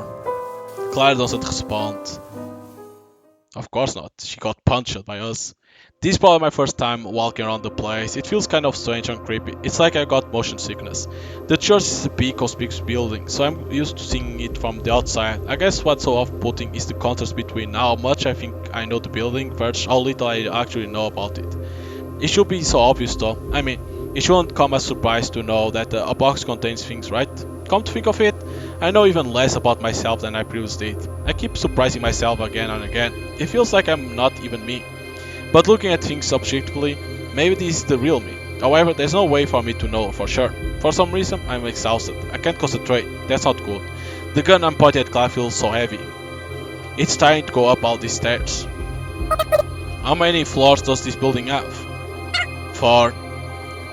We are on the 3rd floor. It seems like the central staircase is the only staircase connecting all the floors, which severely narrows down the available escape routes.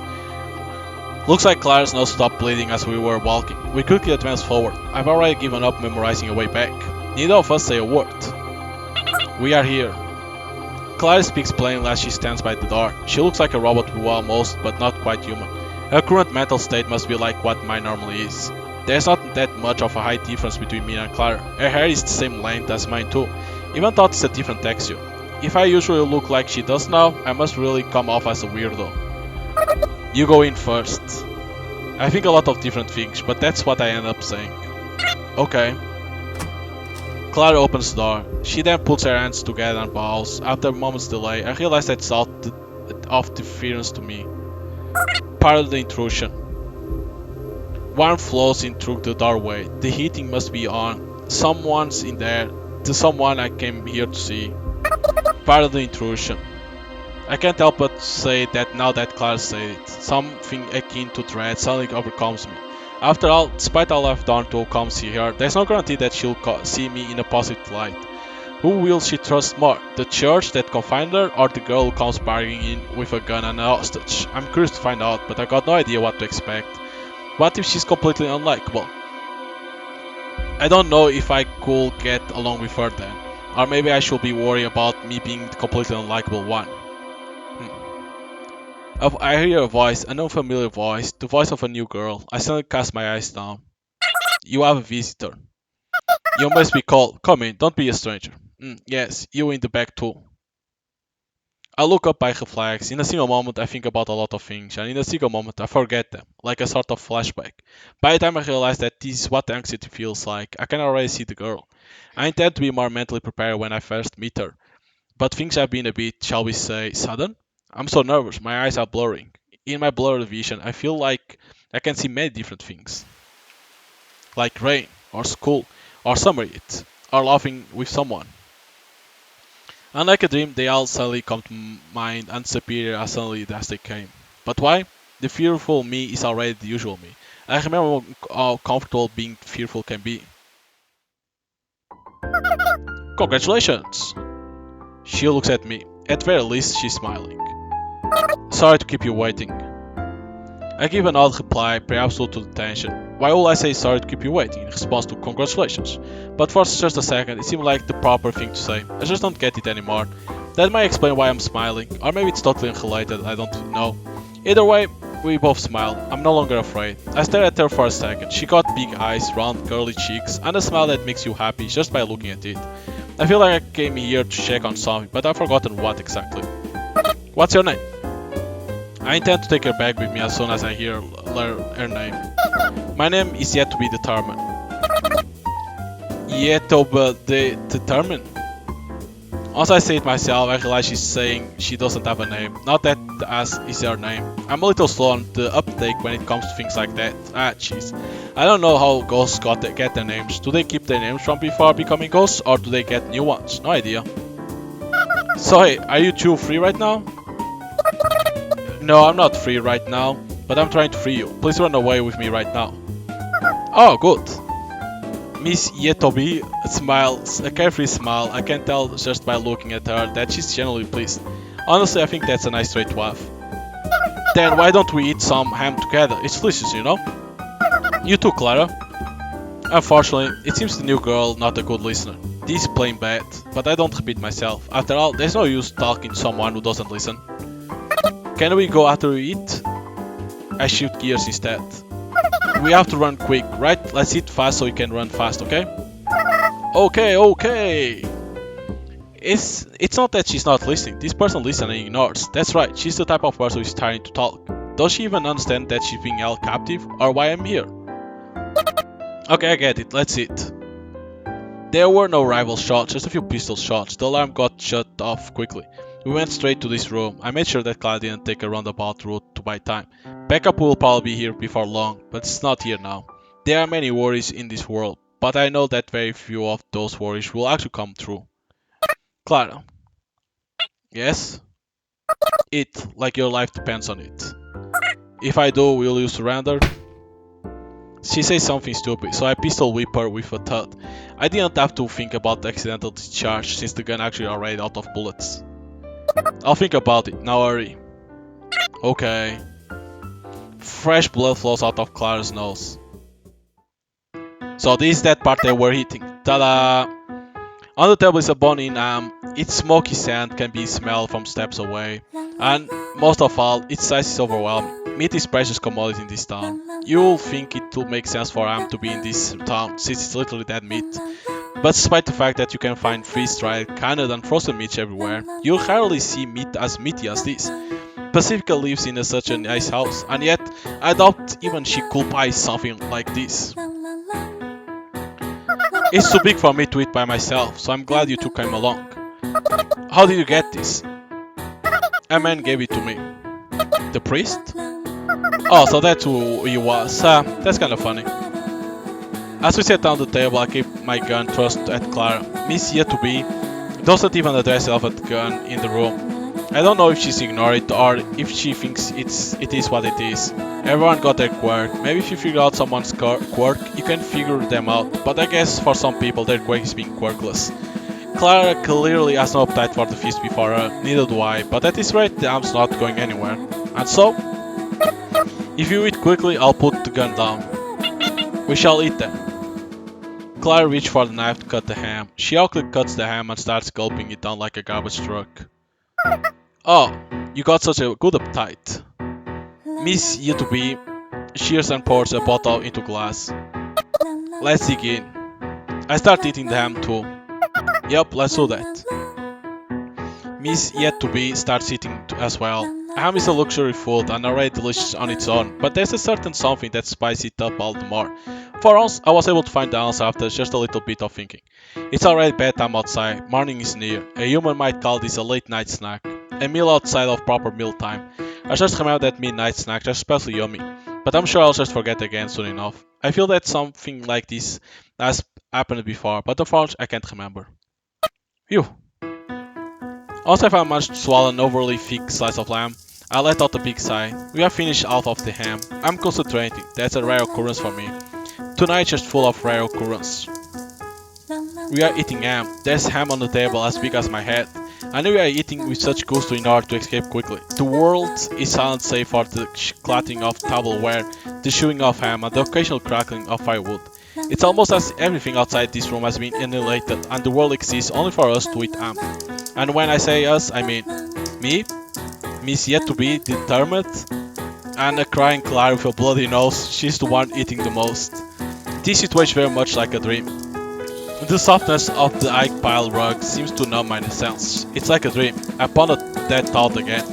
This situation we are is indeed like a dream. But is that a good thing? At least that's what I think to myself as I prod Clara's temple with my gun. Eventually we finish off the gigantic ham. That was delicious. Miss yet to be strokes her belly in satisfaction while I try to do my best to keep myself from throwing up. Clara's probably in the same boat too. You see, Miss yet to be quickly got full and excused herself. Afterwards, she watched us eat and say like, "You two can really eat, and is it good?" So Clara and I ended up finish off the majority of the ham. Now then, Miss yet to be steps up from her chair and claps her hands together. The stop of the alarm starts ringing once again. Please wait here. Clara, if you run away, I'll kill you 9,999 times. I ran out of the room and checked what's happening outside. I don't sense anyone on this floor. The priest's corpse must have been spotted by now. And it should be clear that I'm the one who killed him. I think to myself, if I were the backup force, I'll rather go up the stairs to corner me. There's no time. I rush back to the room and take Clara and the new girl. Oh, my suitcase. Miss yet to be says that right as we are about to leave. No, it will just hold us back. I'm in a tight spot here. There's no guarantee that I can protect her and her baggage. Can we come back for it later? I decide to lie. We can come back for it anytime. Okay then. Just a little white lie. It's nothing. A gunshot rings out from low floor. They must have found the corpse. After that first shot, several follow after it. Then I hear something break. Sounds like they got shotguns. That's not good. I guess they must mistaken something from me. They gotta keep a cooler head. But that just goes to show how much they fear the ninja. Good, excellent. If you people want me to be a ninja, then I'll play the part. Being bloodthirsty is simple. It's kinda nice actually. Makes you painfully aware that we are dead. The gunshots stop. I hear men's voice. They must be arguing. Maybe they are pretending to clear the area, but I think they should keep it quiet. Sounds pretty dangerous down there. Miss yet to be murmurs. Don't worry. I continue. We are going up. If we can't go down, then our only option is to go up. Hey, I'll show you the ninja true potential. Miss yet to be leads the way as I try to climb to keep going up the stairs. Oh! Clara tumbles, probably not on purpose. Her nose starts to bleed yet again. Maybe she plans to die from nasal blood loss. Over here, 4th floor. But as a result, our pursuers have spotted us. I pick one girl in each arm and dash up the stairs. I leap through the first door I see without hesitation. They don't chase us after us immediately. Maybe they want to be sure they can overwhelm me. Or maybe they are thinking they just need to block the center staircase to corner the rat. That's an extreme logical thought. As long as you don't expect the rat to go even higher. What is this room? It's the priest's room. I see. What a lonely little room, just a big desk and a full-length window. Actually, I guess since there are several lonely little rooms, that's not so lonely or little when you put together. I stare out the window. Things don't look so bad outside. In fact, it looks better than I expected. I feel kind of pumped up. I'm sure I can pull off what I'm about to attempt. Miss yet to be gleefully cheers as she jumps onto the soft desk chair. Well, whatever. I got an idea. Stand here.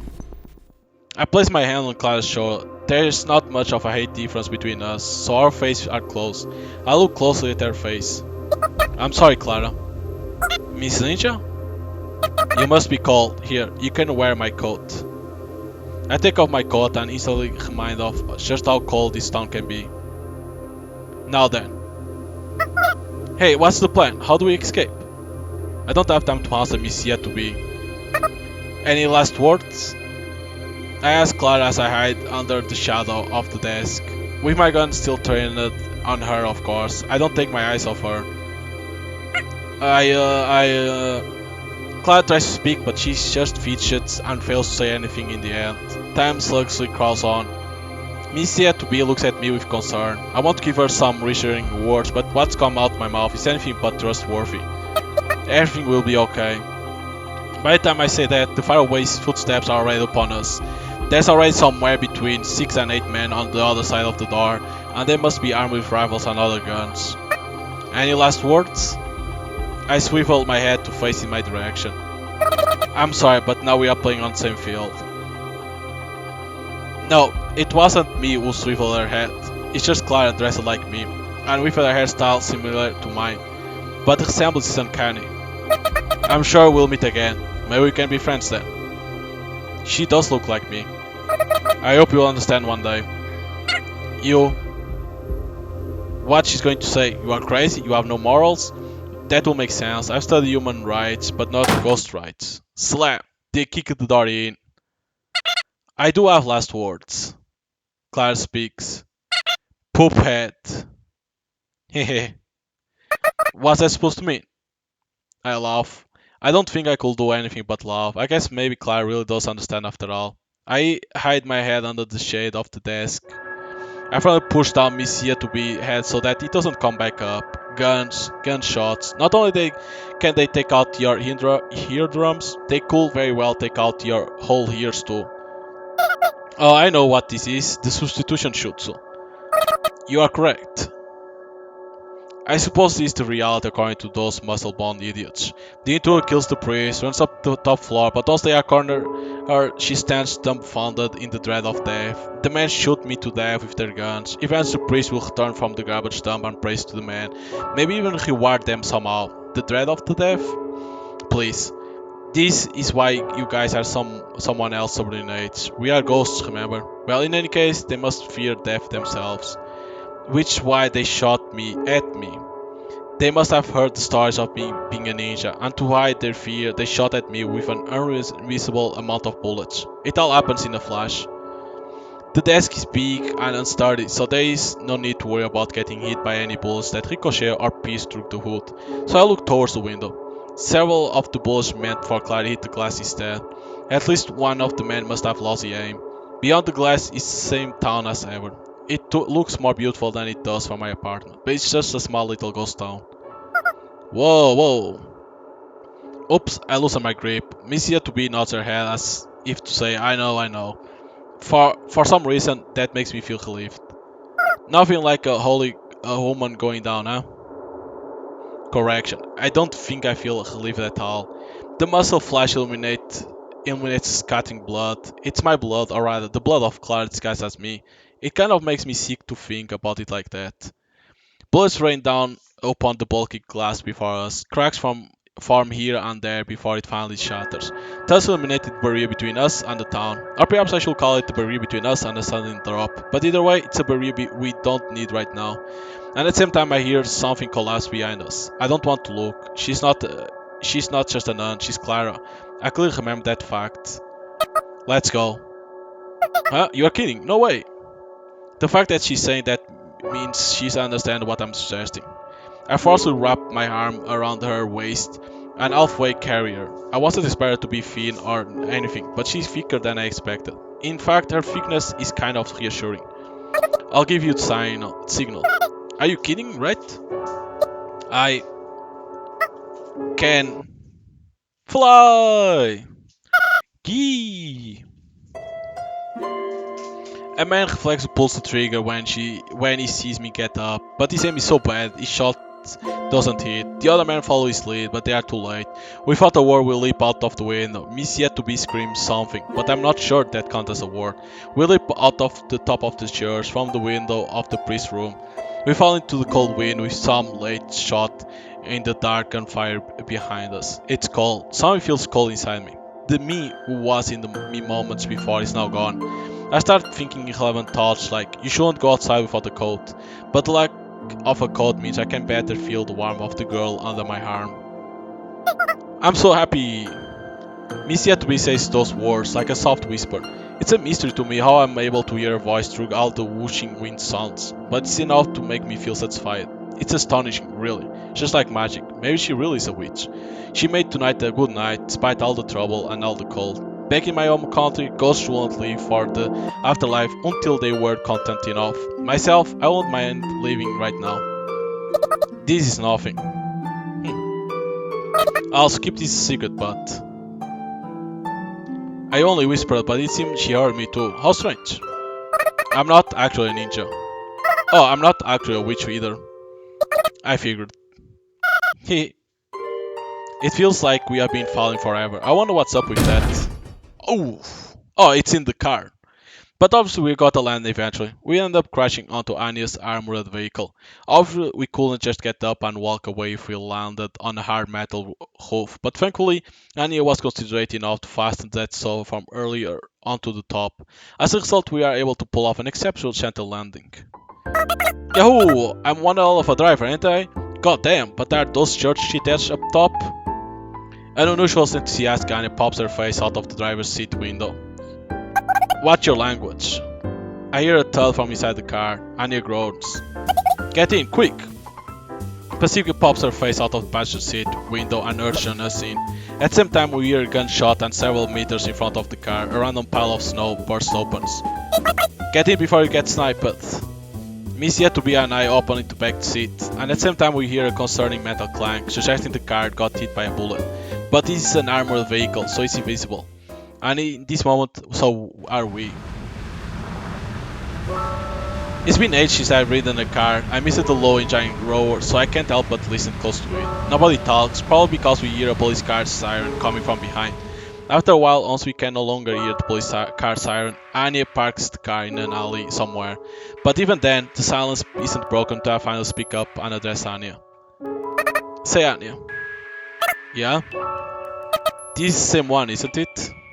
Yeah, why? I didn't realize you still had it. I do, it would be a waste to get rid of it, you know? I'm sorry. Don't apologize. I'm glad you came when you did. You're welcome for that. Anna lets out a sigh, as if she tried to laugh but failed. If only that were the case. Look at the two of you getting all lovely-dovey. Anyway, why did you call her and not me? Pacifica takes out a bag of snacks from somewhere and opens it. You'll think snacks will be out of place in an armored vehicle, and yet somehow it works. I didn't know your name, Pacifica. You could have just asked Anya. I was in a hurry. I had to prepare a disguise too. A disguise? I disguised myself and added those mint-flavored tablets to a watchman as a bribe. Then I put a new ventilation hole into the priest's skull and turned the nun into a colander. It's not until after I finished talking that I realized, oh crap, I shouldn't have said that. What I did was a small-scale insurrection, far from what any normal person would call ethical. I don't think those two will easily approve of my actions here. I'm sure they were expecting something a little bit more peaceful. I get the feeling I should have lied about it, but I don't want to. For real, good thing we are friends. And Anya says that so casually. Thank you. So I casually respond. Anya grumbles something about priorities. Hey Sayok, you said I'm gonna jump, so bring the car behind church, right? After I had gotten home from Pacific House, I called Anya on the phone. That's right, the phone is a direct line between me and Anya. Anya quickly picked it up and I quickly hung up. I finally understand why I keep avoiding the phone. I must be the type of person who's not good with phones. Did you think that Anya of Green Gables here will understand what you meant just with that one sentence? Do you know what she said to me when she came to me for help? Pacifica munched on the corn snacks quietly, yet angrily. Yeah, I said, what's that supposed to mean? Exactly, if we did exactly what you said, we'll all be in jail right now, you understand? Pacifica opens up a second bag, Miss yet to be reached for the bag, only to get her hand slapped away. Yep, that's why I came to you for help, okay? And I'm the one who told you to tie the stuff on the roof. This girl was just going to bring the car as it was, you know. She's got poop for brains, remember? That's fine. No, it's not. Pacifica shouts. Miss yet to be finds some snacks on her own and starts munching on them, saying, it's not as good as ham, but it's okay now I think about it. I figure Anya will come to you for help, and you'll catch on to what I was getting at, Pacifica. I was hoping that you two will fulfill my request, at least as stated, so thanks for going above and beyond. I see, well, okay then. Her voice is blunt, but somewhat tearful. I never want to make her cry again. We all fall silent for a while. I think it's because we are feeling as if we had claimed something. But that sure turned out fun, didn't it? Indeed. Yeah. I agree. Ask question. Go ahead, new girl. Short time no see. Yes, well, where are you going? No clue. I guess none of us really planned ahead. Honestly, I only planned to bust the new girl out. I didn't think about anything after that. Where should we go, Sayoko? When she asked me that question, I responded with relative ease. Outside of town. I can feel the air get just a little colder. For real? Well, I kinda get where you come from. I don't remember what happened that day, so I want to try going out of town to jog my memory, I guess. Huh? What? Their face freeze. What's with those looks? We don't remember. We don't remember what happened or what made you go, you know. Well, actually I do remember a little, but... We figure you'll remember, Sayoko? No, I don't remember. There are some things I remember, but they are far outweighed by what I don't remember. I'm shook. Though I'm sure they are just shook as I am. Miss yet to be course looks at each our face. That's right, she's an outsider. We should probably explain things to her, just not now. Alright, memory lane it is. Let's go. Anya proclaims. Yes, let's go as far as we can go. Pacifica concurs. Okay. And I agree. Outside of town? Have you been informed about ghosts and whatnot? We are ghosts, immortal and unaging, locked up in this town, but since we are bored, we figure we'll take advantage of the chaos by going outside and crossing the boundary. Pacifica condensed the explanation perhaps a bit too much. The way she said it was kind of blunt. Normally you will expect an outsider to easily agree to something like that. Well, that sounds kinda funky. But frankly, Miss Yet to Be isn't normal, so there's no problem. I've already learned that from my short journey with her so far. Pazzi, what does she mean by funky? Funky is funky. Ha. I can see us getting along with her. Let's go, sounds like fun. And we are off. Annie steps on the gas and the car speeds off. The ground covered in snow, but the car just sloughs it off. My heart throbs. I guess I still have a pulse even though I'm a ghost. I'm glad my kidnaps are such fun this time. Miss Yet wishes casually and unexpectedly says that... Kidnappers? Well, I don't even know what your name, Shaha. I just came along for the ride before I got an explanation, so it's like you're kidnapping me. Oh fun. Kidnapping. The mood in car suddenly gets tense. I did pretty much just kidnap her, but Pacifica and Annie don't know that. Sayok, did you just drag her out without giving her an explanation, and she just went along with it? I was too busy eating ham. Ham? Oh, don't worry about it. I mean kidnapping in a good way. There's a good way? Those search people won't tell me anything about the town, and besides it's more fun to be with other girls, and you all seem like nice people. Well, okay then, that's fine I suppose. Well, as long as Miss Yet to Be satisfied, that's fine I guess. We all fall silent for a while. The view from outside the window gets sadder and sadder as the town slowly fades away into barren field of snow.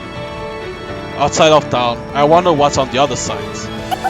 We need to have a welcome party. Pacifica chimes in. I guess she's grown tired of snacks.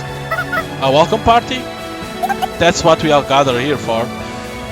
So you kidnapped me to throw up a welcome party? Whoa, a surprise party, thanks. Oh, how about that? How about we make it a birthday party instead of a welcome party? It seems more festive that way. A birthday party? For a ghost? How about we give you a name as a birthday present? Oh lovely, Sayoko, you're so talented. Talented what? We giggle, but Anya stays quiet. I guess she's having a tough time driving. However, that isn't the case. Okay, time for some bad news. Anya clears her throat and starts speaking. The car is equipped with a powerful engine, so it can run anywhere, and it's carrying a ton of fuel. How powerful? Let's just say that bearing wear and tear, it can run pretty much forever without supply. Unless this thing built like a tank. But so far it doesn't seem to be running properly, and I'm sorry to tell you this, but it's gonna explode! What the fuck? We need to run! We can't, we got 30 seconds and the blast radius will be hundreds of meters wide. It tore up the ground and spread radioactive fallout everywhere. That's an object fact. As a practical solution, I propose we complete this birthday party within those 30 seconds. That's all the more reason to get off this thing. The blast radius is 100 meters long, Passy. I suggest you give up 25. I understand, let's move on to the gift giving then. 22. Your name is Ham, no wait. 18. Yoru. Yoru means night, that's what the Yo in Sayoko also stands for. And we met at night, so Yoru. For something I came up with on the spot, it's pretty a good name I will say. Then again, ghosts are dwellers of the night, so maybe every ghost in that town could be called Yoru. But these people don't know what kanji are, so I don't think anyone will catch on. What a lucky break. Two knightly names, within me she's there within me. This is my little secret. Time passes, I think to myself. Oh, that's nice and simple. It's straight to the point. Good, that's the spirit. Good name. 10 out of 10. 10. Happy birthday, Yoru. 7. We got the important stuff out of the way in just 9 seconds. Things are getting kinda hectic, but it makes me feel something. It makes me feel alive. Let's be friends. 4. The flow of time is like the temperature. If either of them drop to 0, you freeze. I'll be your friend too. 2. That's why all of this commotion seems kinda warm. Welcome to the ghost town. It's a joyous sort of warmth. Thank you all. Oh, that. Okay, the end. And thus begins our story, I think. they die in the explosion.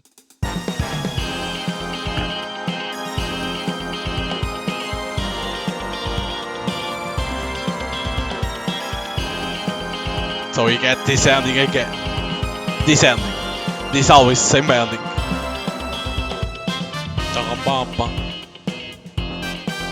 So it looks like then they say now it starts. It begins the story. It's like so.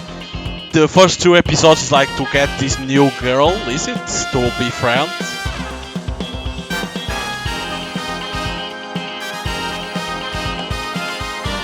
But they still can't get out of the ghost town.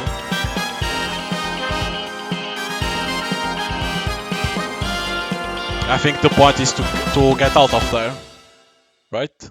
Should be. It should be the point of the game. Summer. It's summer everywhere you look. You can hear shattering voice everywhere, from the group of middle schoolers enjoying the breeze, at the convenience store, to the elderly spacing out in the shade, to the elementary schoolers playing around in the park. As I pedal my bike, I can feel my feet getting sore from the sandals that were given to me for days like these. But I fear I can just put up with it. After all, I'll be seated for the duration of the movie. Oh, the signal turned red. I firmly squeezed the worn down brakes and my bike gradually slows down. But it doesn't come to a complete stop, so I try to plant my feet on the ground to try and forcefully stop the bike. And that's when I realize something. Crap, it's like I am just the usual me now. This externally cute sundress came from a faraway country, but I'm not used to wearing this sort of fabric. It's new scent mixed with my own. I hope that kid doesn't find it unpleasant. The signal turns green, I start pedaling again. The wind whisks away my sweat. It's a nice breeze. We are meeting by the station. I gotta hurry, I don't want to be late. I steadily pass through the residential area, in front of the supermarket and through the roundabout. I don't get caught at any traffic signals after that. Oh lucky. The kid's here and hasn't noticed me yet. What should I say? This will probably be our last time meeting, so I have to make it count. I'm just an ordinary summer site, an average elementary schooler on summer break. I can't wait to see the movie.